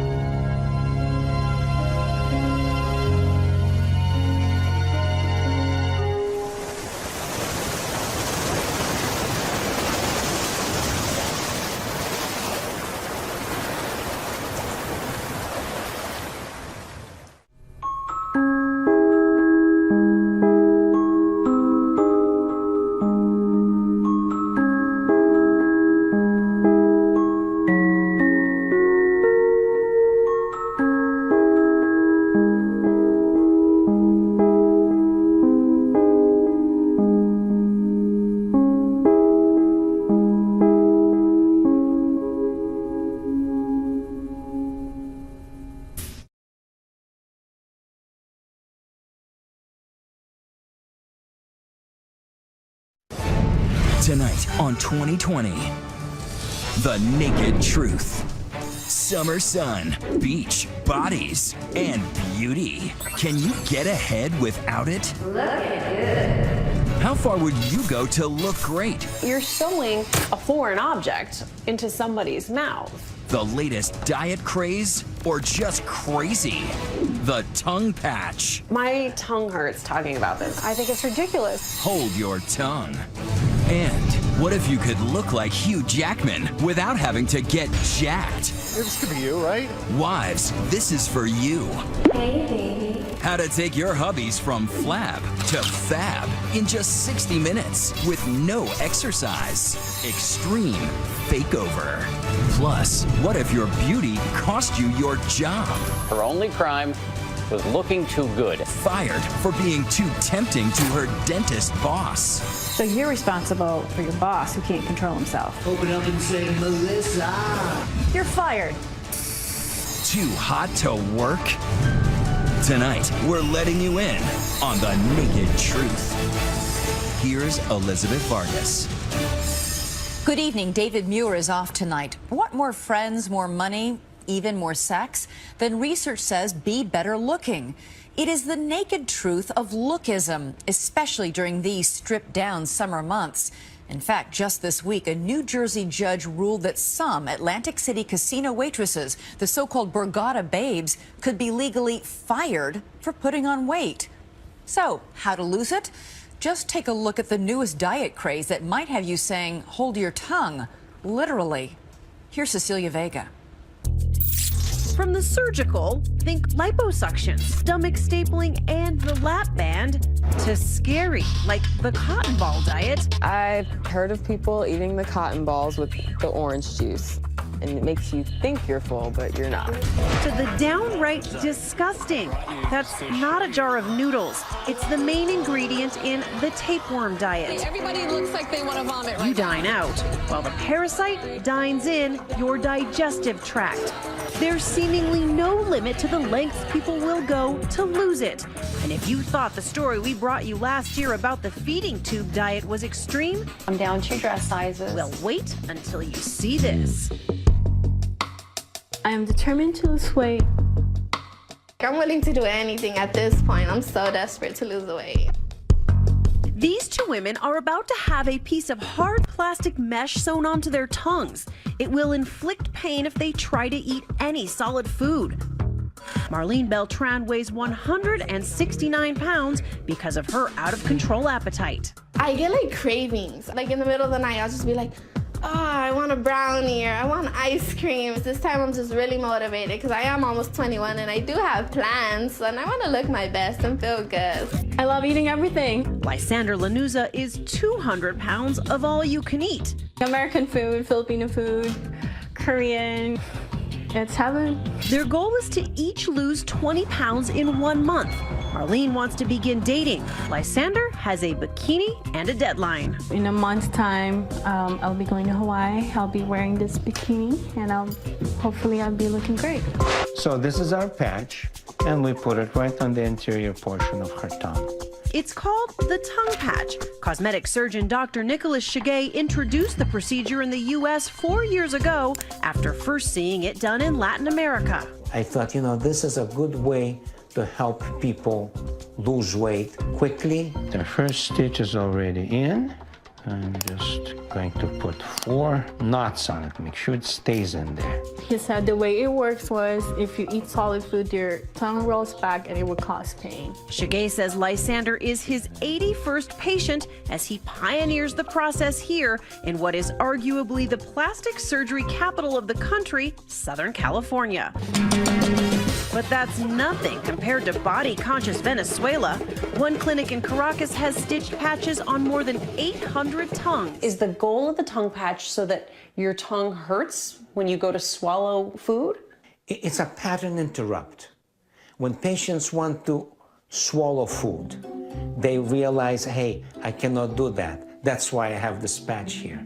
So it reminds them. But you're sewing a foreign object into somebody's mouth.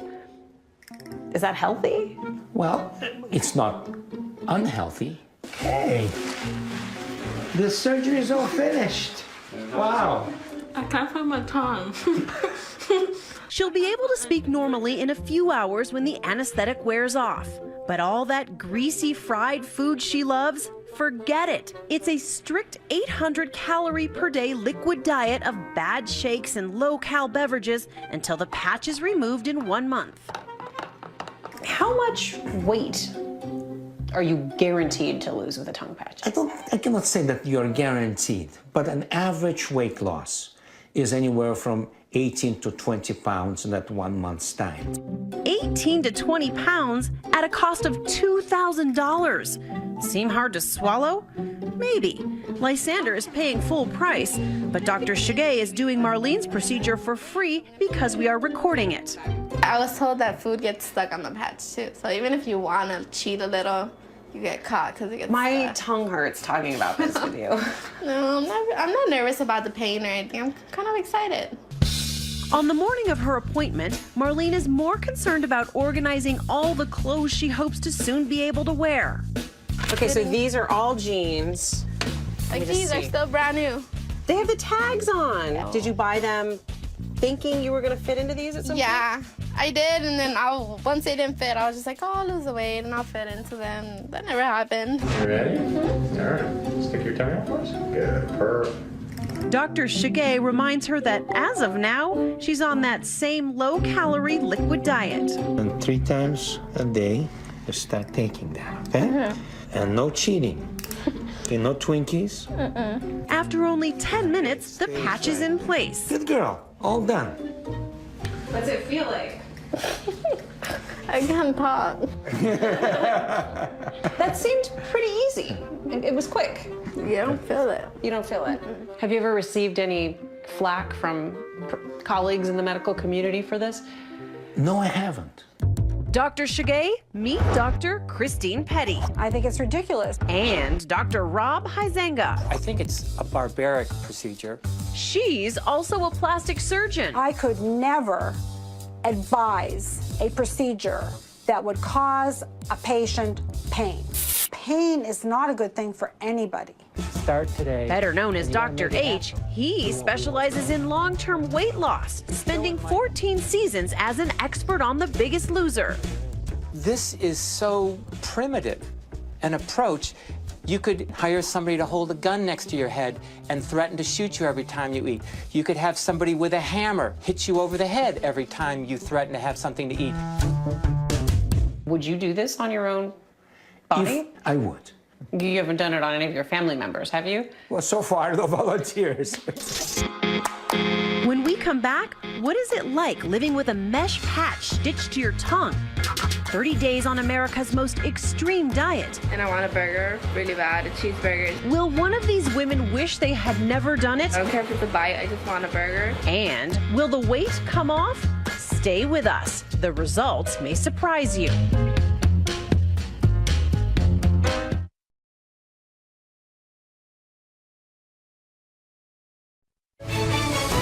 "2020 returns with the naked truth." They say no pain, no gain. But this is turning that phrase on its tongue. 2 overweight women who can't control their eating, going to extremes to lose weight fast. A stiff plastic patch stitched right to their tongues will inflict a sharp pain if they try to eat any solid food. How do you feel? I feel good. My tongue is so swollen. I can't talk. It doesn't fit me anymore.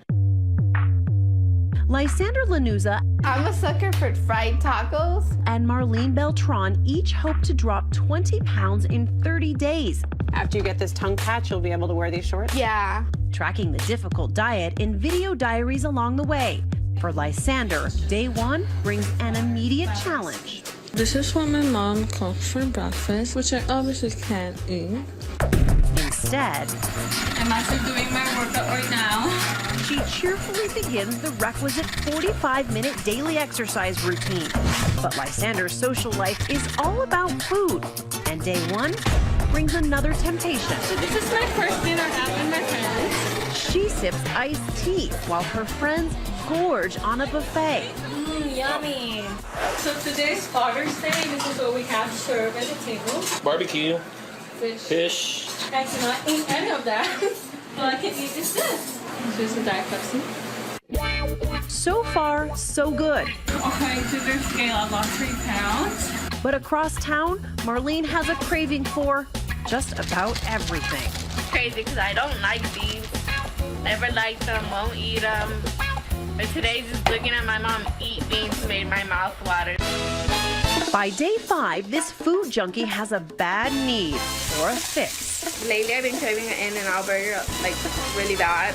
And I want a burger really bad, a cheeseburger. I don't care if it's a bite, I just want a burger. Somehow, Marlene resists her cravings. Lysander, not so much. Well, I tried like a piece of popcorn when we were at the movie theater and it hurts, so I'm like, forget it. The popcorn hurt? Yeah. And are you thinking, yes, it's working, I don't want to eat? No, I'm like, it does work. I can't eat. Dr. Nicholas Shigay claims the miracle of the tongue patch is that it can act as a jumpstart to lasting weight loss. It's really a life-changing type of a pattern. And it takes about 30 days to change a habit. A small patch that can be life-changing. Life-changing, exactly. If I could say one thing, it's that the whole concept of jumpstart is absurd.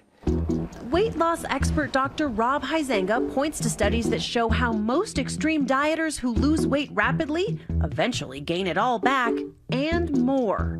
There's not one scintilla of hope or evidence that putting a patch on your tongue and not being able to eat for a month is going to have any effect on you at 1 year or 2 years or 3 years. Dr. Shigay's son and partner, Dr. Paul Shigay, did submit a study that claims 70% of their patients lost an average of 16 pounds and kept it off for 8 months. But the American Academy of Cosmetic Surgery won't publish it without more data. No matter. Marlene is getting all the data she needs from her bathroom scales as the pounds fall away. My double chin isn't as bad as it used to be. My arms are a lot thinner. Lysander is also watching the pounds melt away. So far, probably lost 15, 16 pounds. I'm getting a lot more attention from guys, which is nice. It's attention I'm not used to, so I'm still adjusting to it. That doesn't hurt, does it? Finally, Liberation Day. That's it. I feel liberating. Yes, isn't that liberating? Now, that wasn't so bad, huh? No, you don't even feel it. The final tally, Marlene loses 18 pounds. Remember those skinny jeans she couldn't wear before? Now they're kind of big on me. Lysander loses 23 pounds.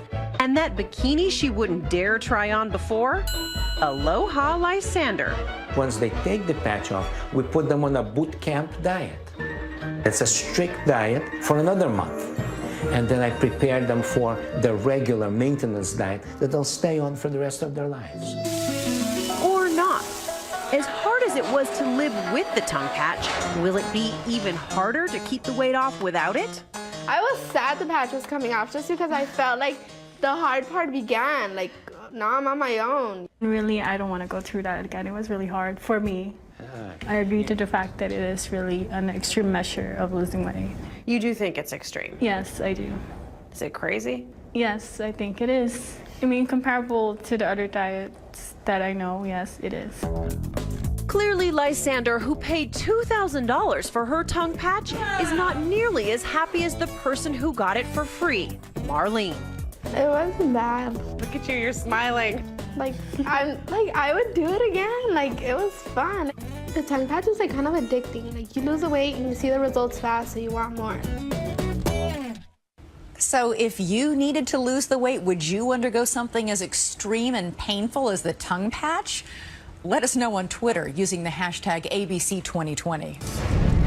Next, fired for being too tempting to her dentist boss. This was a woman who did nothing to get herself fired, except bring her breasts to work. So is he happy when we try to track him down?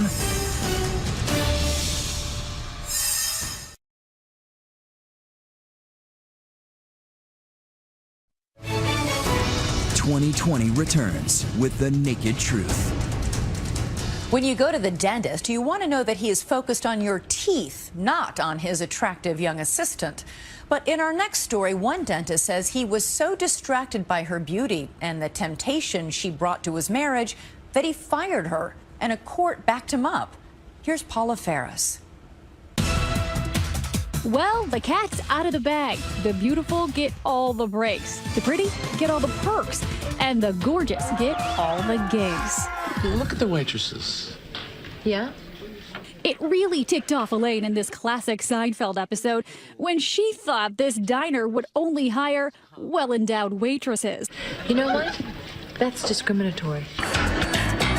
Turns out it wasn't lookism, it was nepotism. They're my daughters.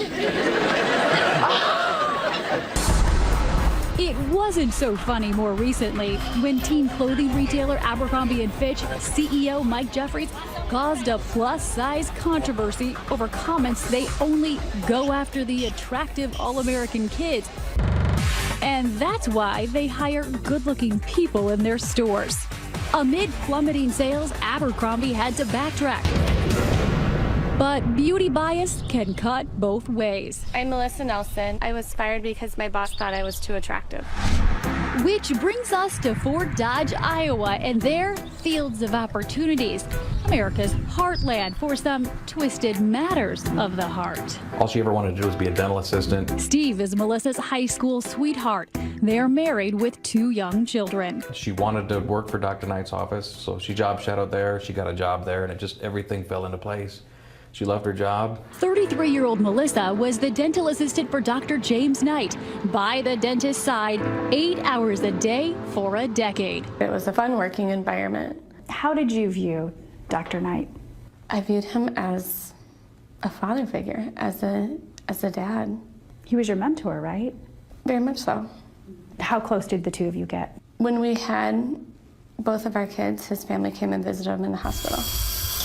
Melissa says it was all a gas until the doc started pulling more than teeth. Once he hit 50, she says he was working out, pumping iron, and getting buff. He became more confident and more outgoing. Do you think he was going through a midlife crisis? That's the only thing I could come up with. The two had a friendly relationship, trading personal text messages during off hours. But then Melissa says it went from cordial to creepy. He would ask me about my personal life. He would ask me how often I would have sex. And Melissa says when she answered and implied not that often, the dentist offered this artful analogy. That's like having a Lamborghini in the garage and never driving it. And he warned his mentee, if you see my pants bulging, you'll know your clothes are too revealing. This was Melissa's standard issue scrub suit uniform, and occasionally on humid days, her lab coat was removed, revealing her 5'1" frame and a simple crew neck t-shirt. See if this thing's working. Oh my God. Oh, I'm sorry. I'm a squirter, Dale. It seemed to us strikingly similar to this scene from the movie Horrible Bosses. Shabbat shalom. Somebody circumcised. Did you flirt with him? No. So there's no attraction? Absolutely not. Did you do anything to lead him on? Never. You must have done something. I don't know what. I showed up for work every day. Melissa says she brushed off her boss's comments for 6 months, hoping they would stop. But things came to a head when there was an exchange during non-business hours.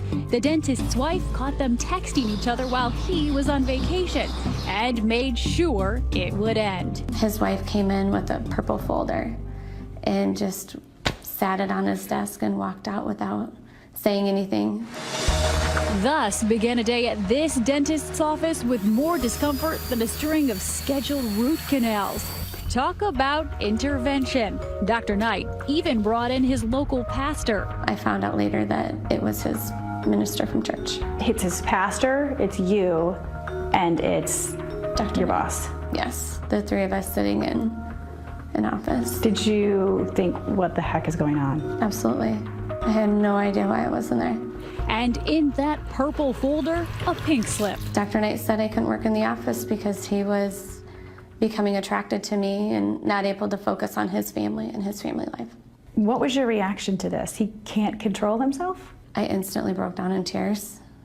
All I remember is just sitting there and not able to get up, telling him that I love my job. Melissa's husband rushed to the dentist's office. I said, what's going on? Is there a mistake? He said, I've got feelings for your wife, and it's affecting my family. And he felt the best option to save his marriage was to terminate Missy, as he saw her as a threat. He told me several times that, he said, I want you to know, Steve, that your wife has done nothing wrong.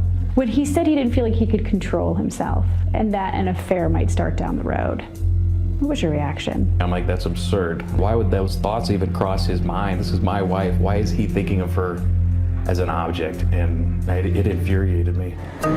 And the news also infuriated some in this close-knit, reserved town of 25,000 people. We met Ruth and Jerry Hancock at the local malt shop, Nettie's. I have just never, ever seen her do anything inappropriate myself. And then all of a sudden we find this attraction as being a reason to let her go. I don't think that that's justified. After the firing, they found a new dentist. Now, Dr. Knight offered Melissa a month's severance for 10 years of stellar work, but Melissa vowed to fight tooth and nail. The good news for the court is this might be the easiest case that you have all year. When we come back, how Melissa decided to retaliate in a court of law. This was a woman who did nothing to get herself fired, except, bring her breasts to work. The dentist's surprising defense, and as an orthodontist might say, brace yourself, because you may not believe where else she took her case. Open up and say, Melissa. Stay with us.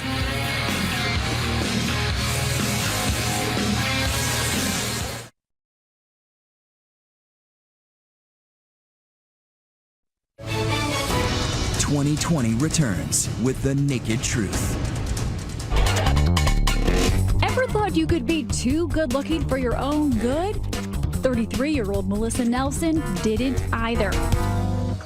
But she was fired from her job as a dental assistant with a month's severance after 10 years simply because the 54-year-old dentist she worked for found her irresistibly attractive and a threat to his marriage. I'm sure you remember the song I'm Too Sexy. Well, it seems it's actually possible to be too sexy for your job. What was life like when you were working for him?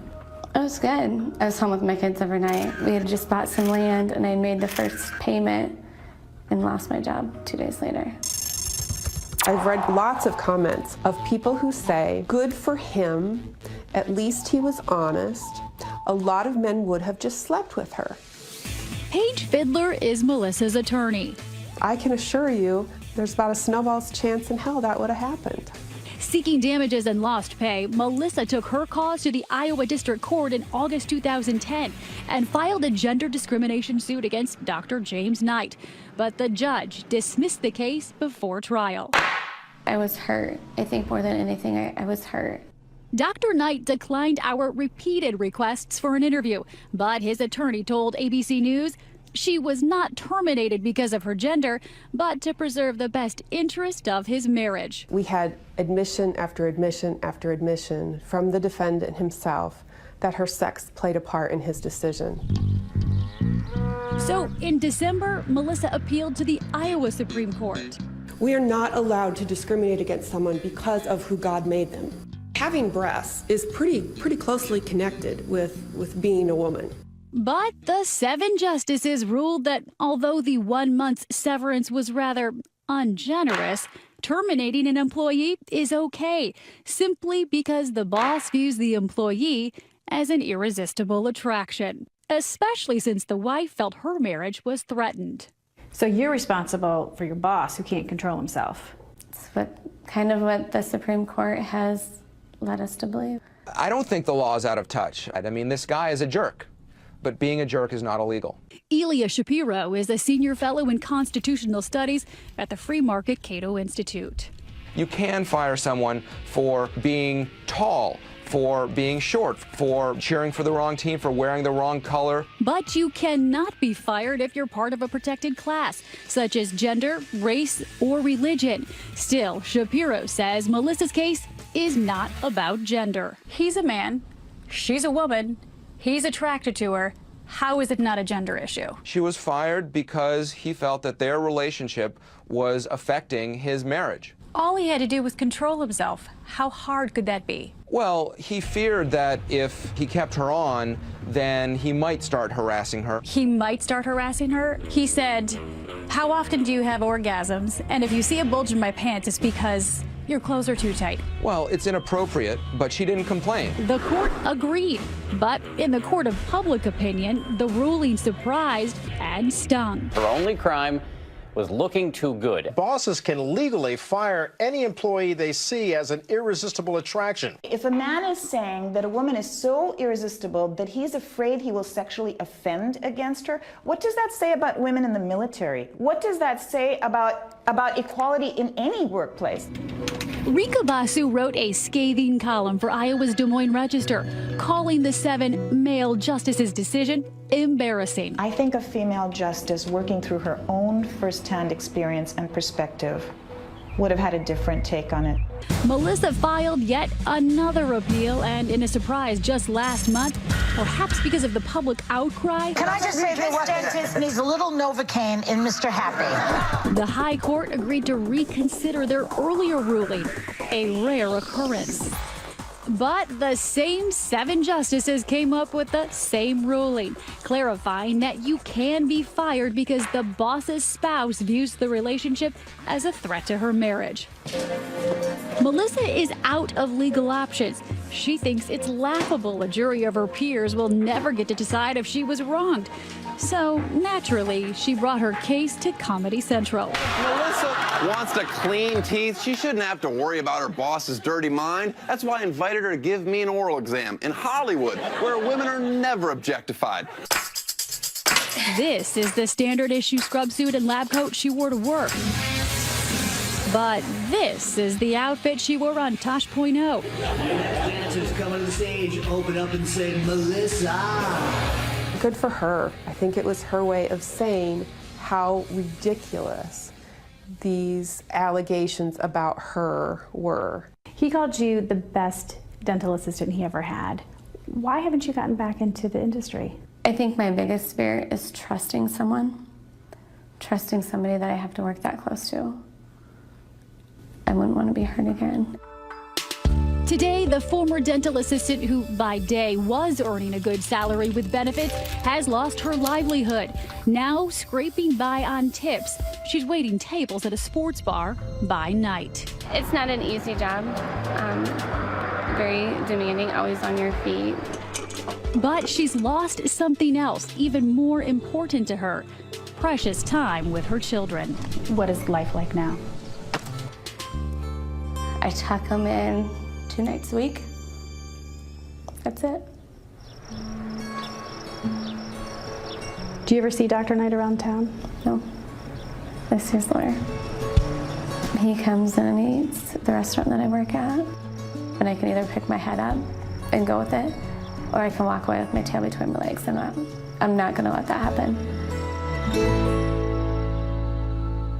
So, was the dentist courageous for protecting his marriage, or does he deserve a kick in the teeth for what he did?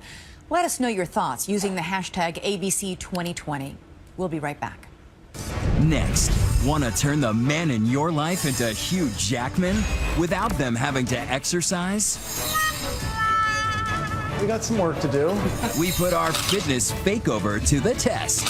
Lights, camera, baby oil.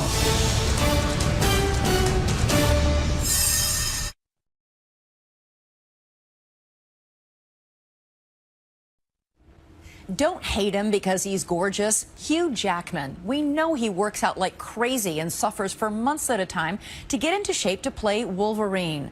But does it have to be that hard for everybody? Well, yes, unless you know the tricks of the trade. So we put them to the test. Could nothing but some baby oil, a razor, and a very good photographer turn your fat into fit? And with this, we would like to welcome our new nutrition and wellness editor, Dave Zinczenko, to 2020. Nice. Perfect. Go on, ladies. Feast your eyes on him. Hugh Jackman, fitness icon, box office superstar, and this month's Men's Fitness magazine cover model. Hey, baby.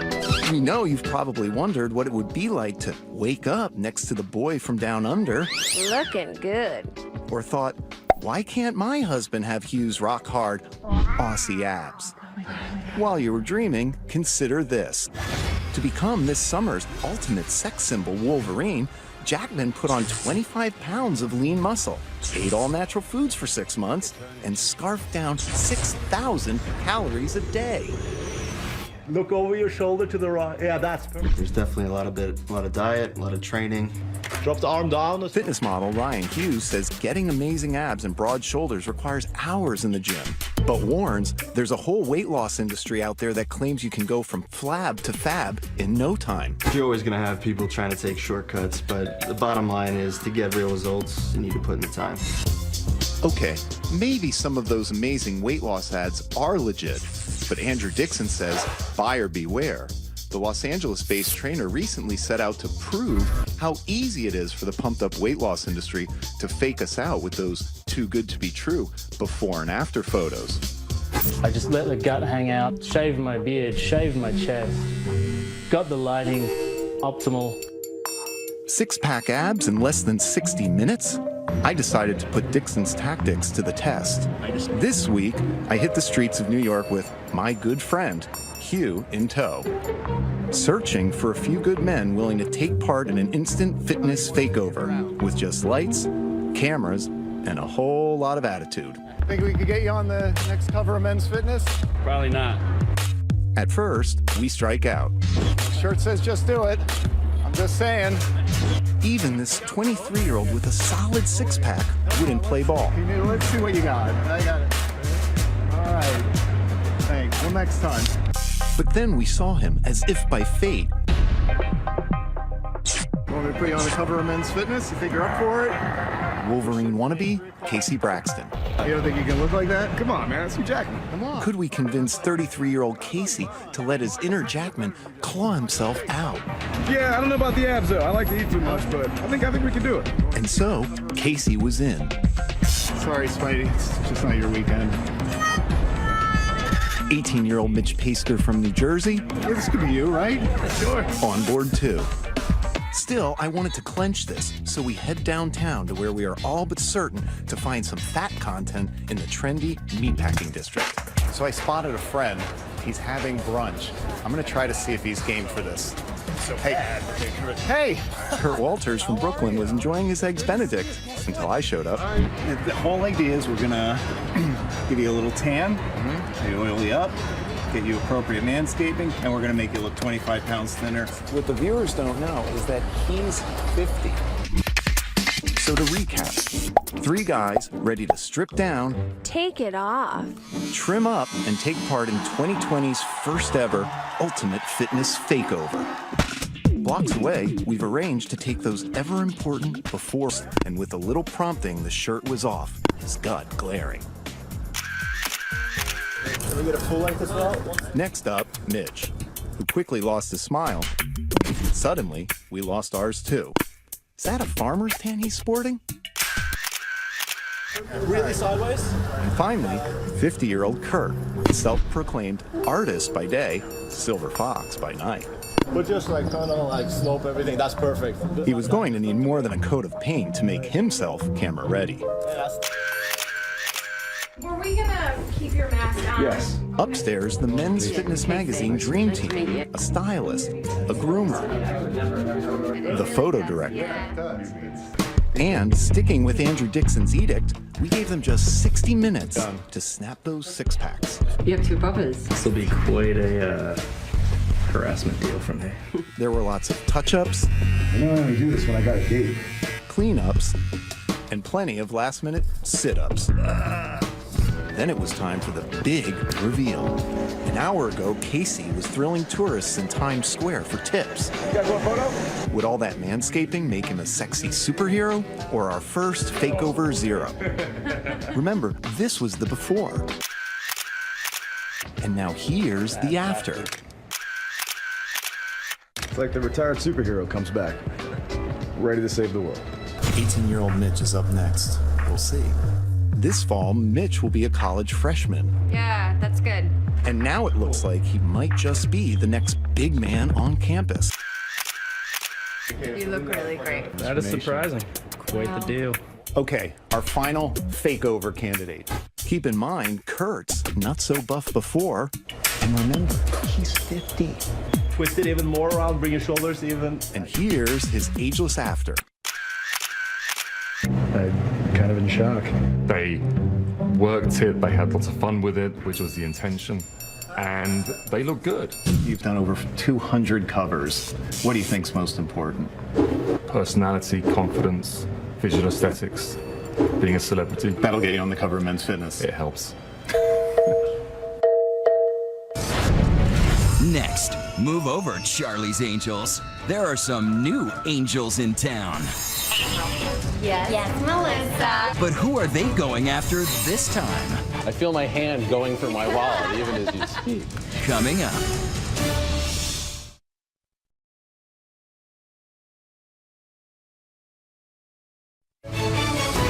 "2020 continues with The Naked Truth. Here's Chris Connolly. Seaside Marina Del Rey, ever a magnet for LA's affluent. Ready to dress up and raise a glass on an evening out.